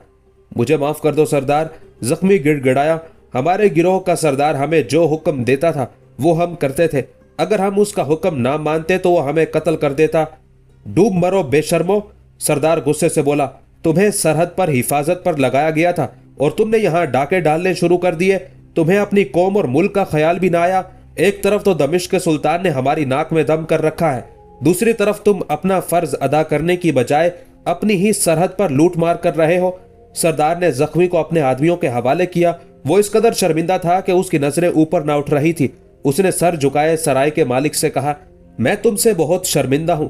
इन लोगों के खिलाफ सख्ती से कार्रवाई की जाएगी और तुम्हें इन तमाम डकैतियों का मुआवजा अदा किया जाएगा जो इस नखलिस्तान में या इस इलाके में हुई है। शाह यरूशलेम जिंदाबाद, सराय के मालिक ने नारा लगाया। हम सब शाह की रियाया हैं और उसकी दराजी उम्र की हमेशा दुआ मांगते हैं। आप जानते हैं कि नखलिस्तान किसी रास्ते पर वाक़ नहीं और बहुत कम मुसाफिर इस तरफ से गुजरते हैं। पहले कभी ऐसा ना हुआ था और आने जाने वाले मुसाफिरों ने कोई शिकवा नहीं किया था, लेकिन इधर 4-6 महीने से बराबर डाके की वारदातें हो रही हैं। हम सब का ख्याल था कि डाकुओं का कोई खतरनाक गिरोह इस इलाके में तमाम कार्रवाइयां कर रहा है, मगर मालूम हुआ कि ये तो अपने मुल्क और मजहब के नमक हराम लोग हैं। सरदार उन्हें तसल्लियां देकर वापस चला गया। नखलिस्तान वाले और वहां ठहरे हुए मुसाफिरों के हौसले बढ़ गए थे। उन्होंने एक बार फिर कासिमुल हुसैन और आमिर गरबी का बहुत बहुत शुक्रिया अदा किया। सराय का मालिक तो ऐसा मेहरबान हुआ कि उसने अपने लड़के को कासिमुल हुसैन और आमिर गरबी के साथ कर दिया और उसे तलकीन की कि वो कम से कम 2 मंजिलों तक उन्हें बाहिफाजत पहुंचा दे। लड़का सआदतमंद था। उस बात के हुक्म की तामील की और अगली 2 मंजिलों तक उनकी रहनुमाई की, फिर वापस चला गया। कासिमुल हुसैन को जल्द ही एहसास हो गया कि उसने रेगिस्तानी रास्ता इख्तियार करके गलती की है, क्योंकि वो जूं-जूं आगे बढ़ रहे थे रास्ता वीरान होता जा रहा था। 2 मंजिलों बाद उन्हें जिस सराय में छोड़ा गया वहां सिवाय उन दोनों के तीसरा मुसाफिर ना था। सराय की देखभाल करने वाले एक बड़े मियाँ और बड़ी बी थी। सराय की वीरानी देखकर आमिर गरबी को अपने दोस्त कासिमुल हुसैन की हिमाकत पर बड़ा अफसोस हुआ। तुम उदास हो, होना भी चाहिए। कासिमुल हुसैन ने खुद बात शुरू की। ना मैं जिद करके तुम्हें इस रास्ते पर लाता, ना आज तुम्हें अफसोस करना पड़ता। इस सराय के चारों तरफ किस कदर वीरानी है। रात का ये आलम है तो दिन में क्या हाल होगा। तुमने देखा होगा कि इस सराय में सिवाय इन 2 बूढ़ी हस्तियों के कोई कुत्ता बिल्ली तक नहीं। इसका मतलब है कि ना यहाँ खाना है और ना पानी। उस वक्त सराय का बूढ़ा खांसता हुआ उनकी कोठड़ी में आ गया। उसने आते ही बुड़बुड़ाना शुरू कर दिया, तुम पर क्या कयामत टूटी कि तुम यहाँ आ गए। सिवाय इन खाली कोठियों के मैं तुम्हारी और कोई खिदमत नहीं कर सकता। खुद हम दोनों के पीने के लिए सिर्फ 2 रोज का और पानी है। इसके बाद हम सिर्फ इतने दिन जिंदा रह सकेंगे जब तक बगैर पानी के जिंदा रहा जा सकता है। आमिर ने उसकी बात काट दी। बाबा फिक्र ना करो, हमें किसी चीज की जरूरत रही। हमारे पास कई हफ्तों का पानी है, तुम्हारे लिए भी हम कुछ पानी छोड़ जाएंगे। आमिर साहब, कासिमुल हुसैन ने दखल दिया, बाबा से पूछो कि यहाँ से किसी करीब तरीन आबादी का फासला कितना है और उसे कौन सा रास्ता जाता है। सराय के बाबा ने कासिम की बात सुन ली थी। उसने पूछा, मेरे बेटो, पहले ये बताओ कि तुम्हें किस जुर्म में इस रेगिस्तान में धकेला गया है। आमिर ने कासिम को इशारा करके रोका और खुद जवाब दिया, बाबा, हम मुजरिम नहीं और ना हमें कोई सजा मिली है। ये हमारी मोहिमजू तबीयत की सजा हमें मिल रही है। बस एक दिन हम दोनों को सूझी कि रेगिस्तान के रास्ते से हल्ब पहुंचा जाए। वहां मेरे साथी के रिश्तेदार रहते हैं, उनके पास हम लोग जा रहे हैं। बाबा ने जवाब दिया, हल्ब जाने की बात ना करो बेटा, बगैर किसी रहबर के वहां पहुंचना बिल्कुल नामुमकिन है। यहां से यरूशलेम के शाह की सरहद करीब है। यूं समझ लो कि ये इलाका भी उसकी सरहद में है। सिर्फ चंद घंटों में सरहदी आबादी तक पहुंच सकते हो। सामने के खजूर के दरख्त से बाएं तरफ मुड़ जाओ और सीधा चलते चले जाओ, बस आबादी में हो गए। वहां जिब्राइल नाम का एक आदमी मिलेगा। उसे कहना कि तुम्हारे भाई इस्माइल ने कहा है कि पानी खत्म हो रहा है, फौरन कोई इंतजाम करो और अगर मुमकिन हो सके तो हम दोनों को वापस बुलाने की कोशिश करो। इस खौफनाक रेगिस्तान का ये नखलिस्तान भी किसी हुकूमत की मिल्कियत ना था। यरूशलेम की हुकूमत की सरहद करीब होने की वजह से इसे यरूशलेम का हिस्सा समझा जाता था, मगर ये एक ऐसा वीरान और दूर उफ्तादा नखलिस्तान था जिसमें कोई आबाद होने को तैयार ना था और एक जमाने से यूं ही वीरान पड़ा था। इधर जब से शामी फौजियों ने शीर्कों की सरकर्दगी में मिस्र जाने के लिए यह रास्ता इख्तियार किया था, तब से इसकी कुछ अहमियत बढ़ी थी और एक नीम फौजी को जासूसी के लिए यहाँ मुकर्रर किया गया था। ये बूढ़ा जोड़ा पिछले 2 महीने से इस रेगिस्तान में मुकीम था, लेकिन जासूसी तो अलग है। इसे रात दिन अपने पानी खत्म होने की फिक्र लगी रहती थी और हर आने जाने वाले से पानी का रोना रोया करता था। आमिर और कासिमुल हुसैन ने तय किया कि जब हल पहुंचना मुमकिन नहीं तो क्यों ना ईसाई इलाके में पहुंचकर सीधा रास्ता इख्तियार करके दमिश्क पहुंचा जाए। चुनाचे आमिर ने पानी की एक छागल बूढ़े के हवाले की और दोनों सवार होकर ईसाई सरहद की तरफ रवाना हो गए। सुबह होने से पहले पहले वो सरहदी आबादी में पहुंच गए।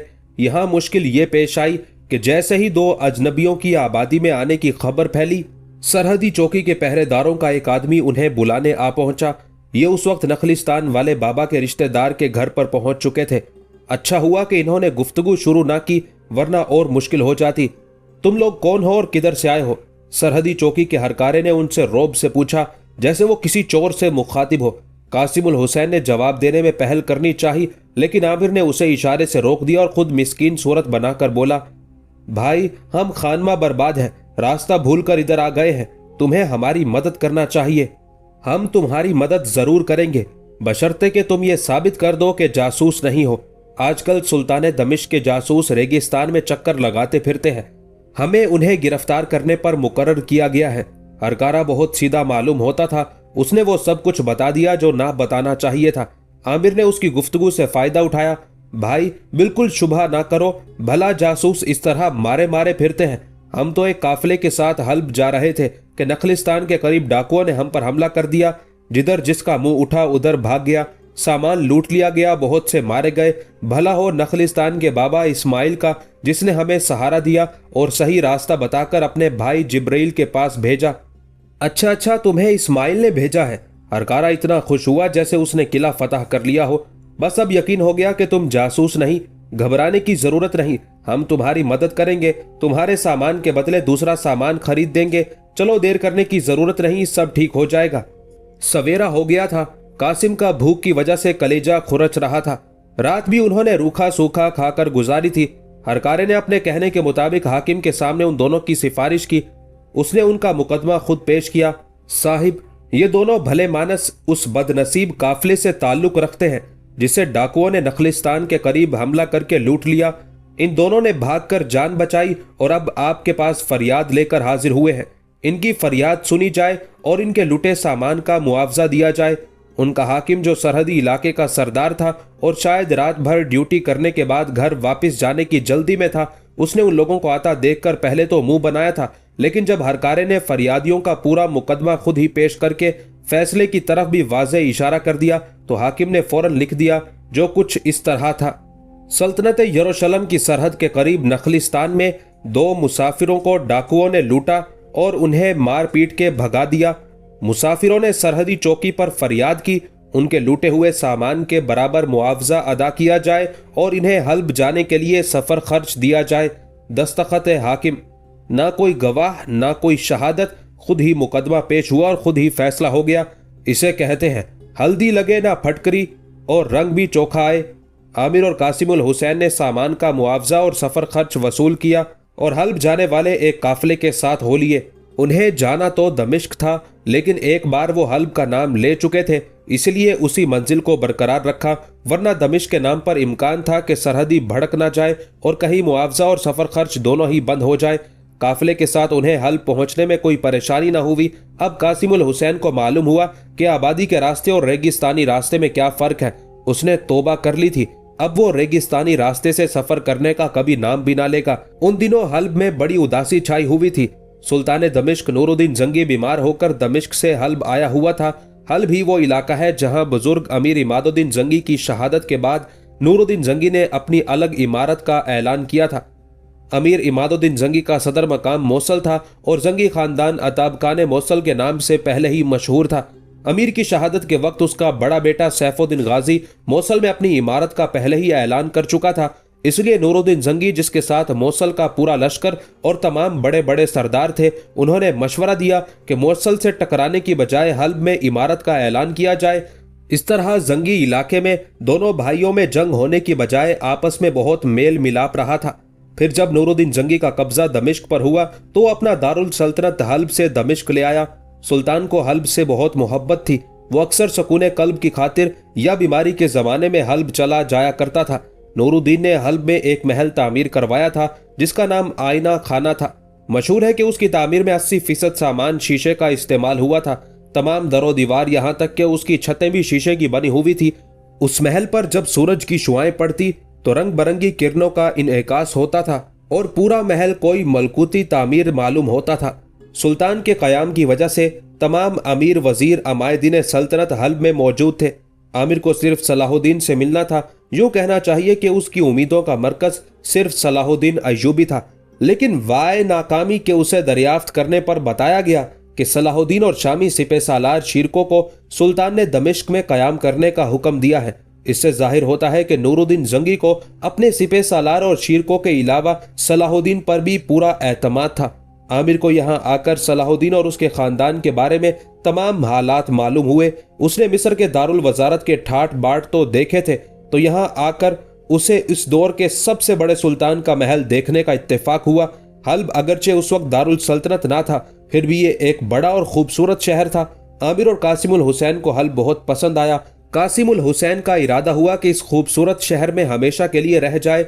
उसे यहाँ की एक और बात भी पसंद आई, वो ये कि सुल्तान दमिश्क के जो फौजी दस्ते हल्ब में तैनात थे उनमें मुसलमानों के अलावा दूसरी कौमों के लोग भी मौजूद थे।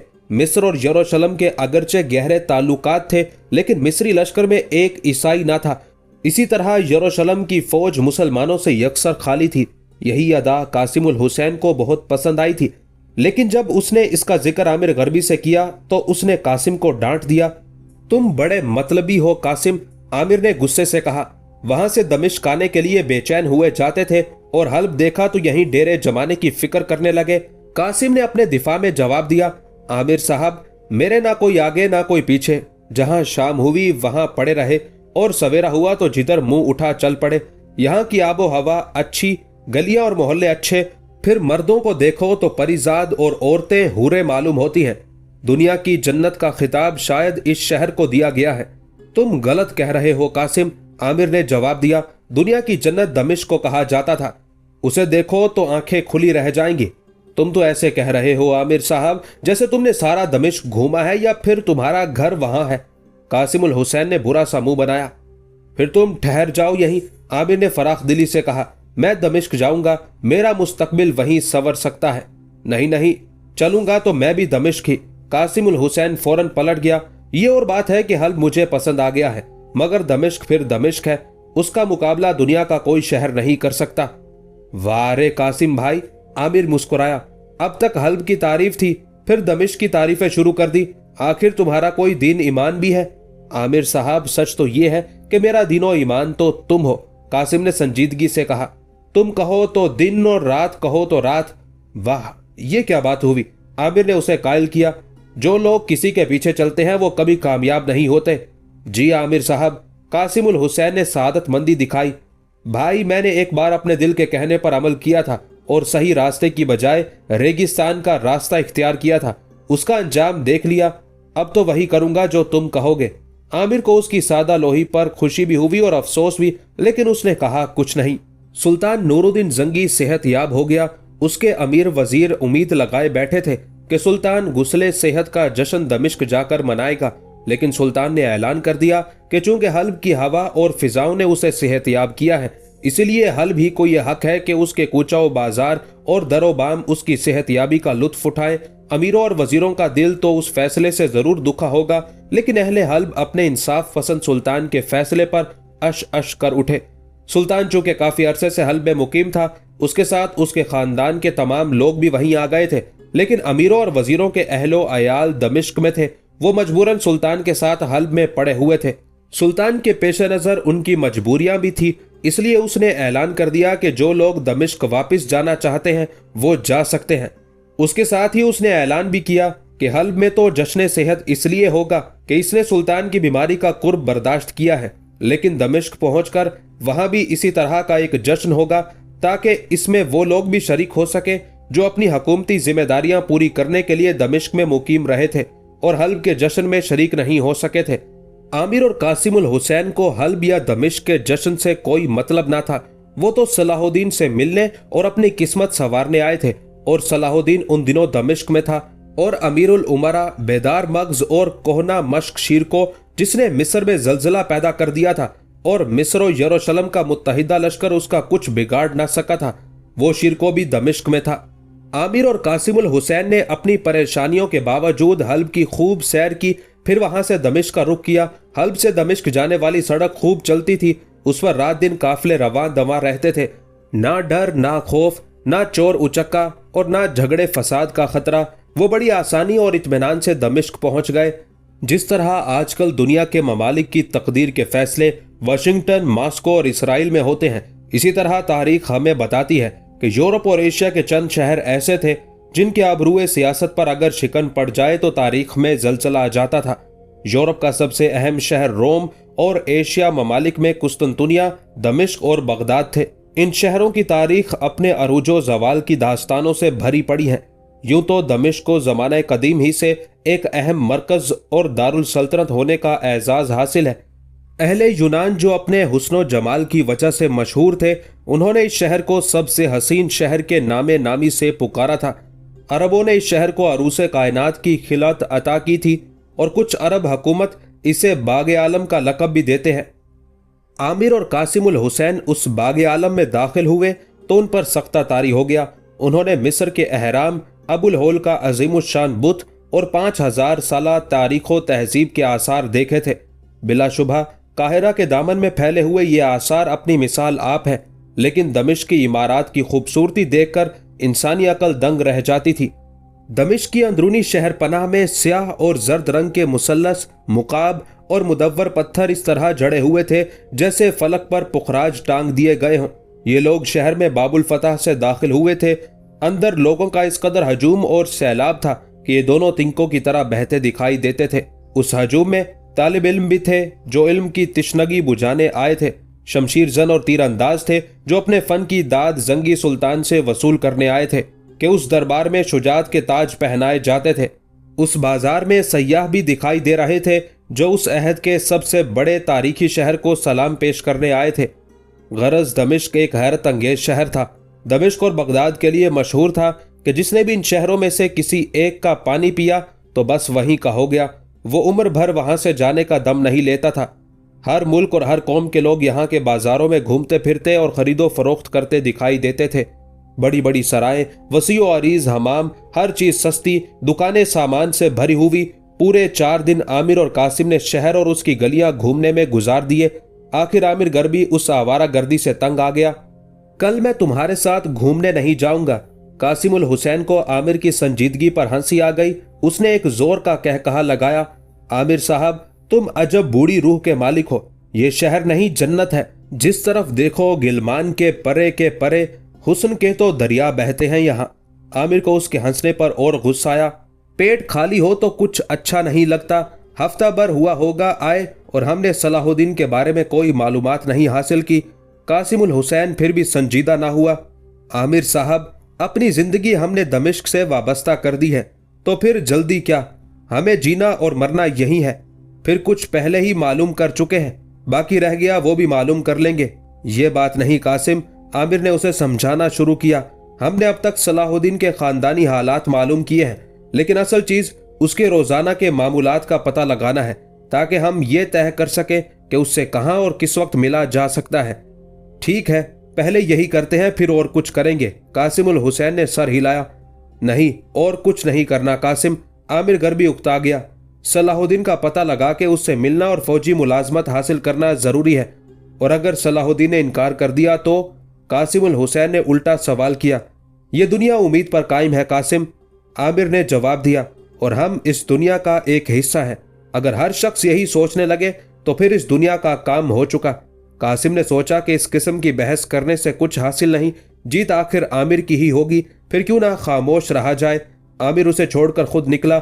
सलाहुद्दीन अगरचे उस वक्त तक ज्यादा मशहूर नहीं हुआ था, फिर उसके बाप नजमुद्दीन अयूब और चचा असदुद्दीन शिरको को पूरा दमिश्क जानता था। नजमुद्दीन दमिश्क शहर का उस वक्त भी गवर्नर था। लोग सलाहुद्दीन को ना भी जानते हो तो भी गवर्नर के बेटे को कौन नहीं जानता था। आमिर पूछता हुआ नजमुद्दीन अयूब की हवेली पर पहुंच गया। सलाहुद्दीन चूंकि उन अमीरजादों में शामिल था जिन्हें नूरुद्दीन जंगी के हुक्म के तहत खास तरबियत दी जाती थी, ऐसे तमाम अमीरजादों, रईसजादों और वजीरजादों की रिहाइश भी एक अलग महल में थी जो सुल्तान के करीब था। वो हफ्ते में सिर्फ एक बार घर वालों से मिलने आता था। यह भी इत्तेफाक था कि उस दिन सलाहुद्दीन माँ से मिलने हवेली पर आया हुआ था और माँ से मिलकर वापस जा रहा था कि उसकी नजर आमिर गर्बी पर पड़ी और सलाहुद्दीन ने उसे फौरन पहचान लिया। आमिर हवेली के गेट पर पहरेदारों से उलझ रहा था कि सलाहुद्दीन का घोड़ा उसके सर पर पहुंच गया। गेट के पहरेदारों ने सलाहुद्दीन को सलाम किया और आमिर उसे हैरान नजरों से देखने लगा।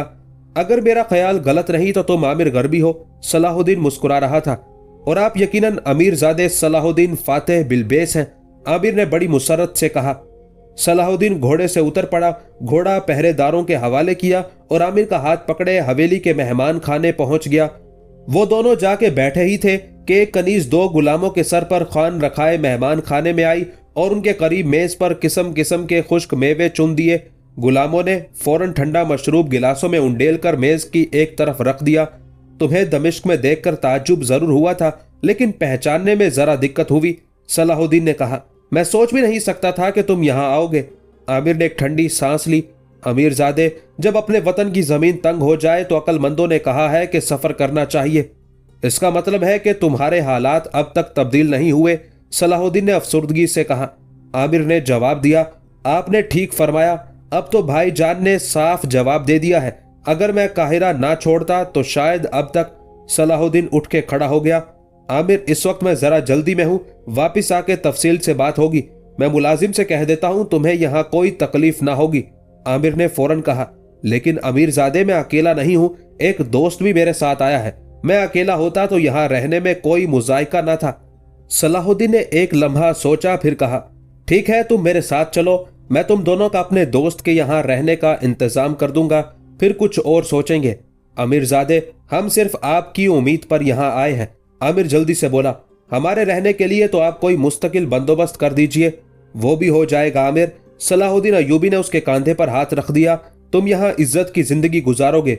दमिश्क का सुल्तान अहले नजर है और उसकी नजर हमेशा तलवार की चमक पर रहती है। दूर दूर से शमशीरजन यहाँ आकर अपना असल मकाम पाते हैं। मैं इसीलिए आपके पास आया हूँ अमीरजादा, आमिर ने लजाजत से कहा। आपने एक बार कहा था कि मर्द बन के जीना सीखो। अगर हमें आप अपने या शाही लश्कर जिस जगह मुनासिब समझे किसी जगह लगा दे, आगे हमारी कोशिश और तकदीर। ठीक है, चलो मेरे साथ। फिर सलाहुद्दीन अयूबी एकदम रुक कर बोला, तुम्हारा घोड़ा कहाँ है? वो मैं सराय में छोड़ आया हूं। खैर कोई बात नहीं, मैं तुम्हारे लिए घोड़ा मंगवाता हूं। सलाहुद्दीन ने मुलाजिम से घोड़ा लाने को कहा। उस वक्त एक खूबसूरत जवान घोड़े पर सवार वहां आया। अरे तुम कैसे आ गए हो जफर? सलाहुद्दीन ने उसे देखते ही कहा। मैं तुम्हारे पास जा रहा था। जफर अदब के साथ सलाहुद्दीन से बगलगीर हुआ और फिर बोला, अमीरजादे को इस गरीब की याद कैसे आ गई? बस यूं ही, सलाहुद्दीन मुस्कुराया। मेरे दो दोस्त बाहर से आए हैं, ये कुछ दिन तुम्हारे पास रहेंगे, मैं इनका इंतजाम बहुत जल्द कर दूंगा। जफर ने आमिर को देखा, मगर ये तो एक हैं, दूसरे कहाँ हैं? आमिर ने फौरन जवाब दिया, दूसरे सराय में है, मैं उन्हें साथ ले आऊंगा। खूब खूब, जफर ने कहा। ये बहुत हाजिर जवाब मालूम होते हैं और बेतकल्लुफ भी है। अच्छा जफर, तुम इन्हें साथ ले जाओ, मैं शाम को आऊंगा। सलाहुद्दीन सवार होकर चला गया। आमिर के लिए भी घोड़ा आ गया। मैं आपके साथ चलूं या पहले सराय से अपने साथी को ले लूं? आमिर ने कहा। आपके साथी के पास सामान कितना है? जफर ने पूछा। सामान बस अल्लाह ही अल्लाह है, आमिर ने हंसकर कहा। ہم مسافر ہیں امیر زادے، مسافر سامان ساتھ لے کر نہیں چلا کرتے۔ دوسری ملاقات میں عامر غربی نے اپنے مفصل حالات سے صلاح الدین کو آگاہ کیا۔ صلاح الدین پہلے بھی اس کے حالات پر افسوس کر رہا تھا، اس وقت بھی اس نے اظہار افسوس کیا۔ عامر، مجھے افسوس کے ساتھ اس بات کی خوشی بھی ہے کہ آخر تم نے جھوٹے سہاروں پر تکیہ کرنا چھوڑ دیا اور اپنے ہاتھ پیروں کو حرکت دے کر مصر سے یہاں پہنچے ہو۔ امیر زادے، یہ آخری جگہ تھی جہاں سے میں نے امید باندھی تھی۔ عامر نے بڑے جذبات سے کہا، اگر خدا نہ خواستہ آپ نے بھی مجھے ٹھکرا دیا تو میں کہیں کا نہیں رہوں گا۔ مجھے امید ہے کہ آپ میری امید نہیں توڑیں گے اور مجھے اور قاسم الحسین کا ہاتھ پکڑ کر سیدھا راستہ دکھائیں گے۔ قاسم الحسین کے نام پر صلاح الدین نے ذرا سکوت سے کہا، کیا تمہیں قاسم الحسین پر پورا اعتماد ہے؟ صورت اور شکل سے تمہارا دوست جلد باز اور بیوقوف نظر آتا ہے۔ امیر زادے کا اندازہ غلط نہیں، عامر نے تائید کی، لیکن قاسم الحسین بہادر، وفادار اور قابل اعتماد ہے۔ وہ حکم پر کٹ مرنے والا آدمی ہے۔ بس اتنا کافی ہے۔ صلاح الدین نے بات مختصر کی۔ میں تمہیں بتاتا ہوں کہ مصر کا قصہ ابھی ختم نہیں ہوا۔ ملک شاور نے چچا شیرکو کے ساتھ جو سلوک کیا ہے اسے بھلایا نہیں جا سکتا۔ مصر کے نام پر یہ شامی سپہ سالار آج بھی چونک پڑتا ہے۔ وہ ملک شاور کو کسی صورت معاف کرنے پر آمادہ نہیں ہو سکتے۔ مجھے اس کا اندازہ ہے امیر زادے، عامر نے جواب دیا۔ خود ملک شاور کو بھی اس بات کا اندازہ ہے کہ اس نے شیرکو سے بگاڑ کر اچھا نہیں کیا، لیکن امیر زادے آپ حالات کا بھی اندازہ کیجئے۔ مصر سے قریب ترین مضبوط حکومت یروشلم کی ہے، دمشق اس کے مقابلے میں بہت دور ہے۔ ظاہر ہے کہ اس نے یروشلم کو آپ پر اس لیے فوقیت دی کہ یروشلم کا اور اس کا ہر وقت کا آمنا سامنا تھا۔ اس کے علاوہ مصر کی آمدنی کا پہلا حصہ دمشق کو دینا نہیں چاہتا تھا۔ اس وجہ سے انہوں نے عہد شکنی کی اور یروشلم کی مدد سے آپ کو گھیرنے کی کوشش کی۔ اس کے خیال میں اس کی نہایت کامیاب حکمت عملی تھی، لیکن اسے اس بات کا بالکل اندازہ نہ تھا کہ شامی لشکر 4 ماہ تک خندق میں چھپ کر یروشلم اور مصر کے متحدہ لشکر کا مقابلہ کر سکتا ہے۔ وہ ناکام تو شامی لشکر کی بہادری کی وجہ سے ہوا ہے۔ ٹھیک ہے عامر، تم ایک سمجھدار انسان ہو، صلاح الدین نے اس کی تعریف کی۔ میں تم دونوں کو سپاہی کی حیثیت سے لشکر میں بھرتی کروا رہا ہوں۔ اب یہ تمہاری اپنی قابلیت ہے کہ تم ترقی کرو۔ شامی لشکر میں بہادری اور شجاعت ہی ترقی کی سفارش اور ضمانت ہے۔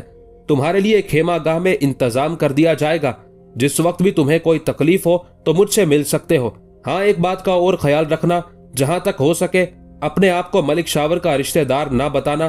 مصر کے اس احسان فراموش کو شامی بالکل پسند نہیں کرتے۔ عامر غربی اور قاسم الحسین جس امید کو سینے سے لگائے دمشق پہنچے تھے، ان کی وہ امید برائی تھی۔ ان کے دن پھر گئے تھے، انہیں مشاہرہ بھی ملتا تھا، لیکن انہیں پیسے کی ضرورت نہیں تھی۔ تمام اشیاء انہیں سرکار کی طرف سے مہیا کی جاتی تھی۔ عامر نے اپنی جان آرزو کا خیال دل سے کچھ دن کے لیے دور کر دیا تھا، کیونکہ ایک تو خامخواہ اتنی دور کا سفر اختیار نہ کر سکتا تھا، دوسرے قاہرہ اور سعید پہنچ کے اسے کب امید تھی کہ اس کی اور زرتاج کی ملاقات ہو سکتی ہے۔ اب تو اس کی یہی خواہش تھی کہ مصر پر دوسری بار لشکر کشی ہو اور وہ قاہرہ میں فاتحانہ داخل ہو کر اپنی محبوبہ کو ملک شاور کے ظالمانہ ہاتھوں سے نکال سکے۔ مصر کے پہلے مارکے میں کسے فتح اور کسے شکست ہوئی، اس کا فیصلہ آج تک مورخ نہیں کر سکے۔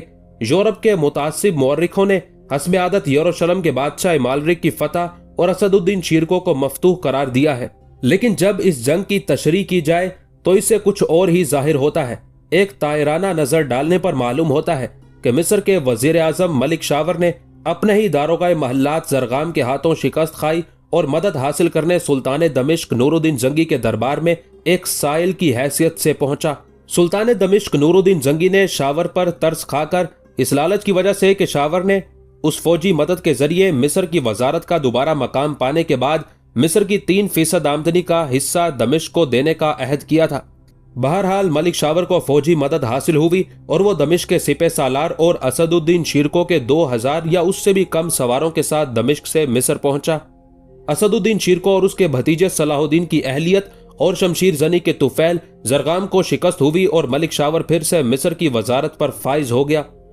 ملک شاور کا مقصد وزارت حاصل کرنا اور دمشقی لشکر کا مقصد اسے وزارت دلانا تھا۔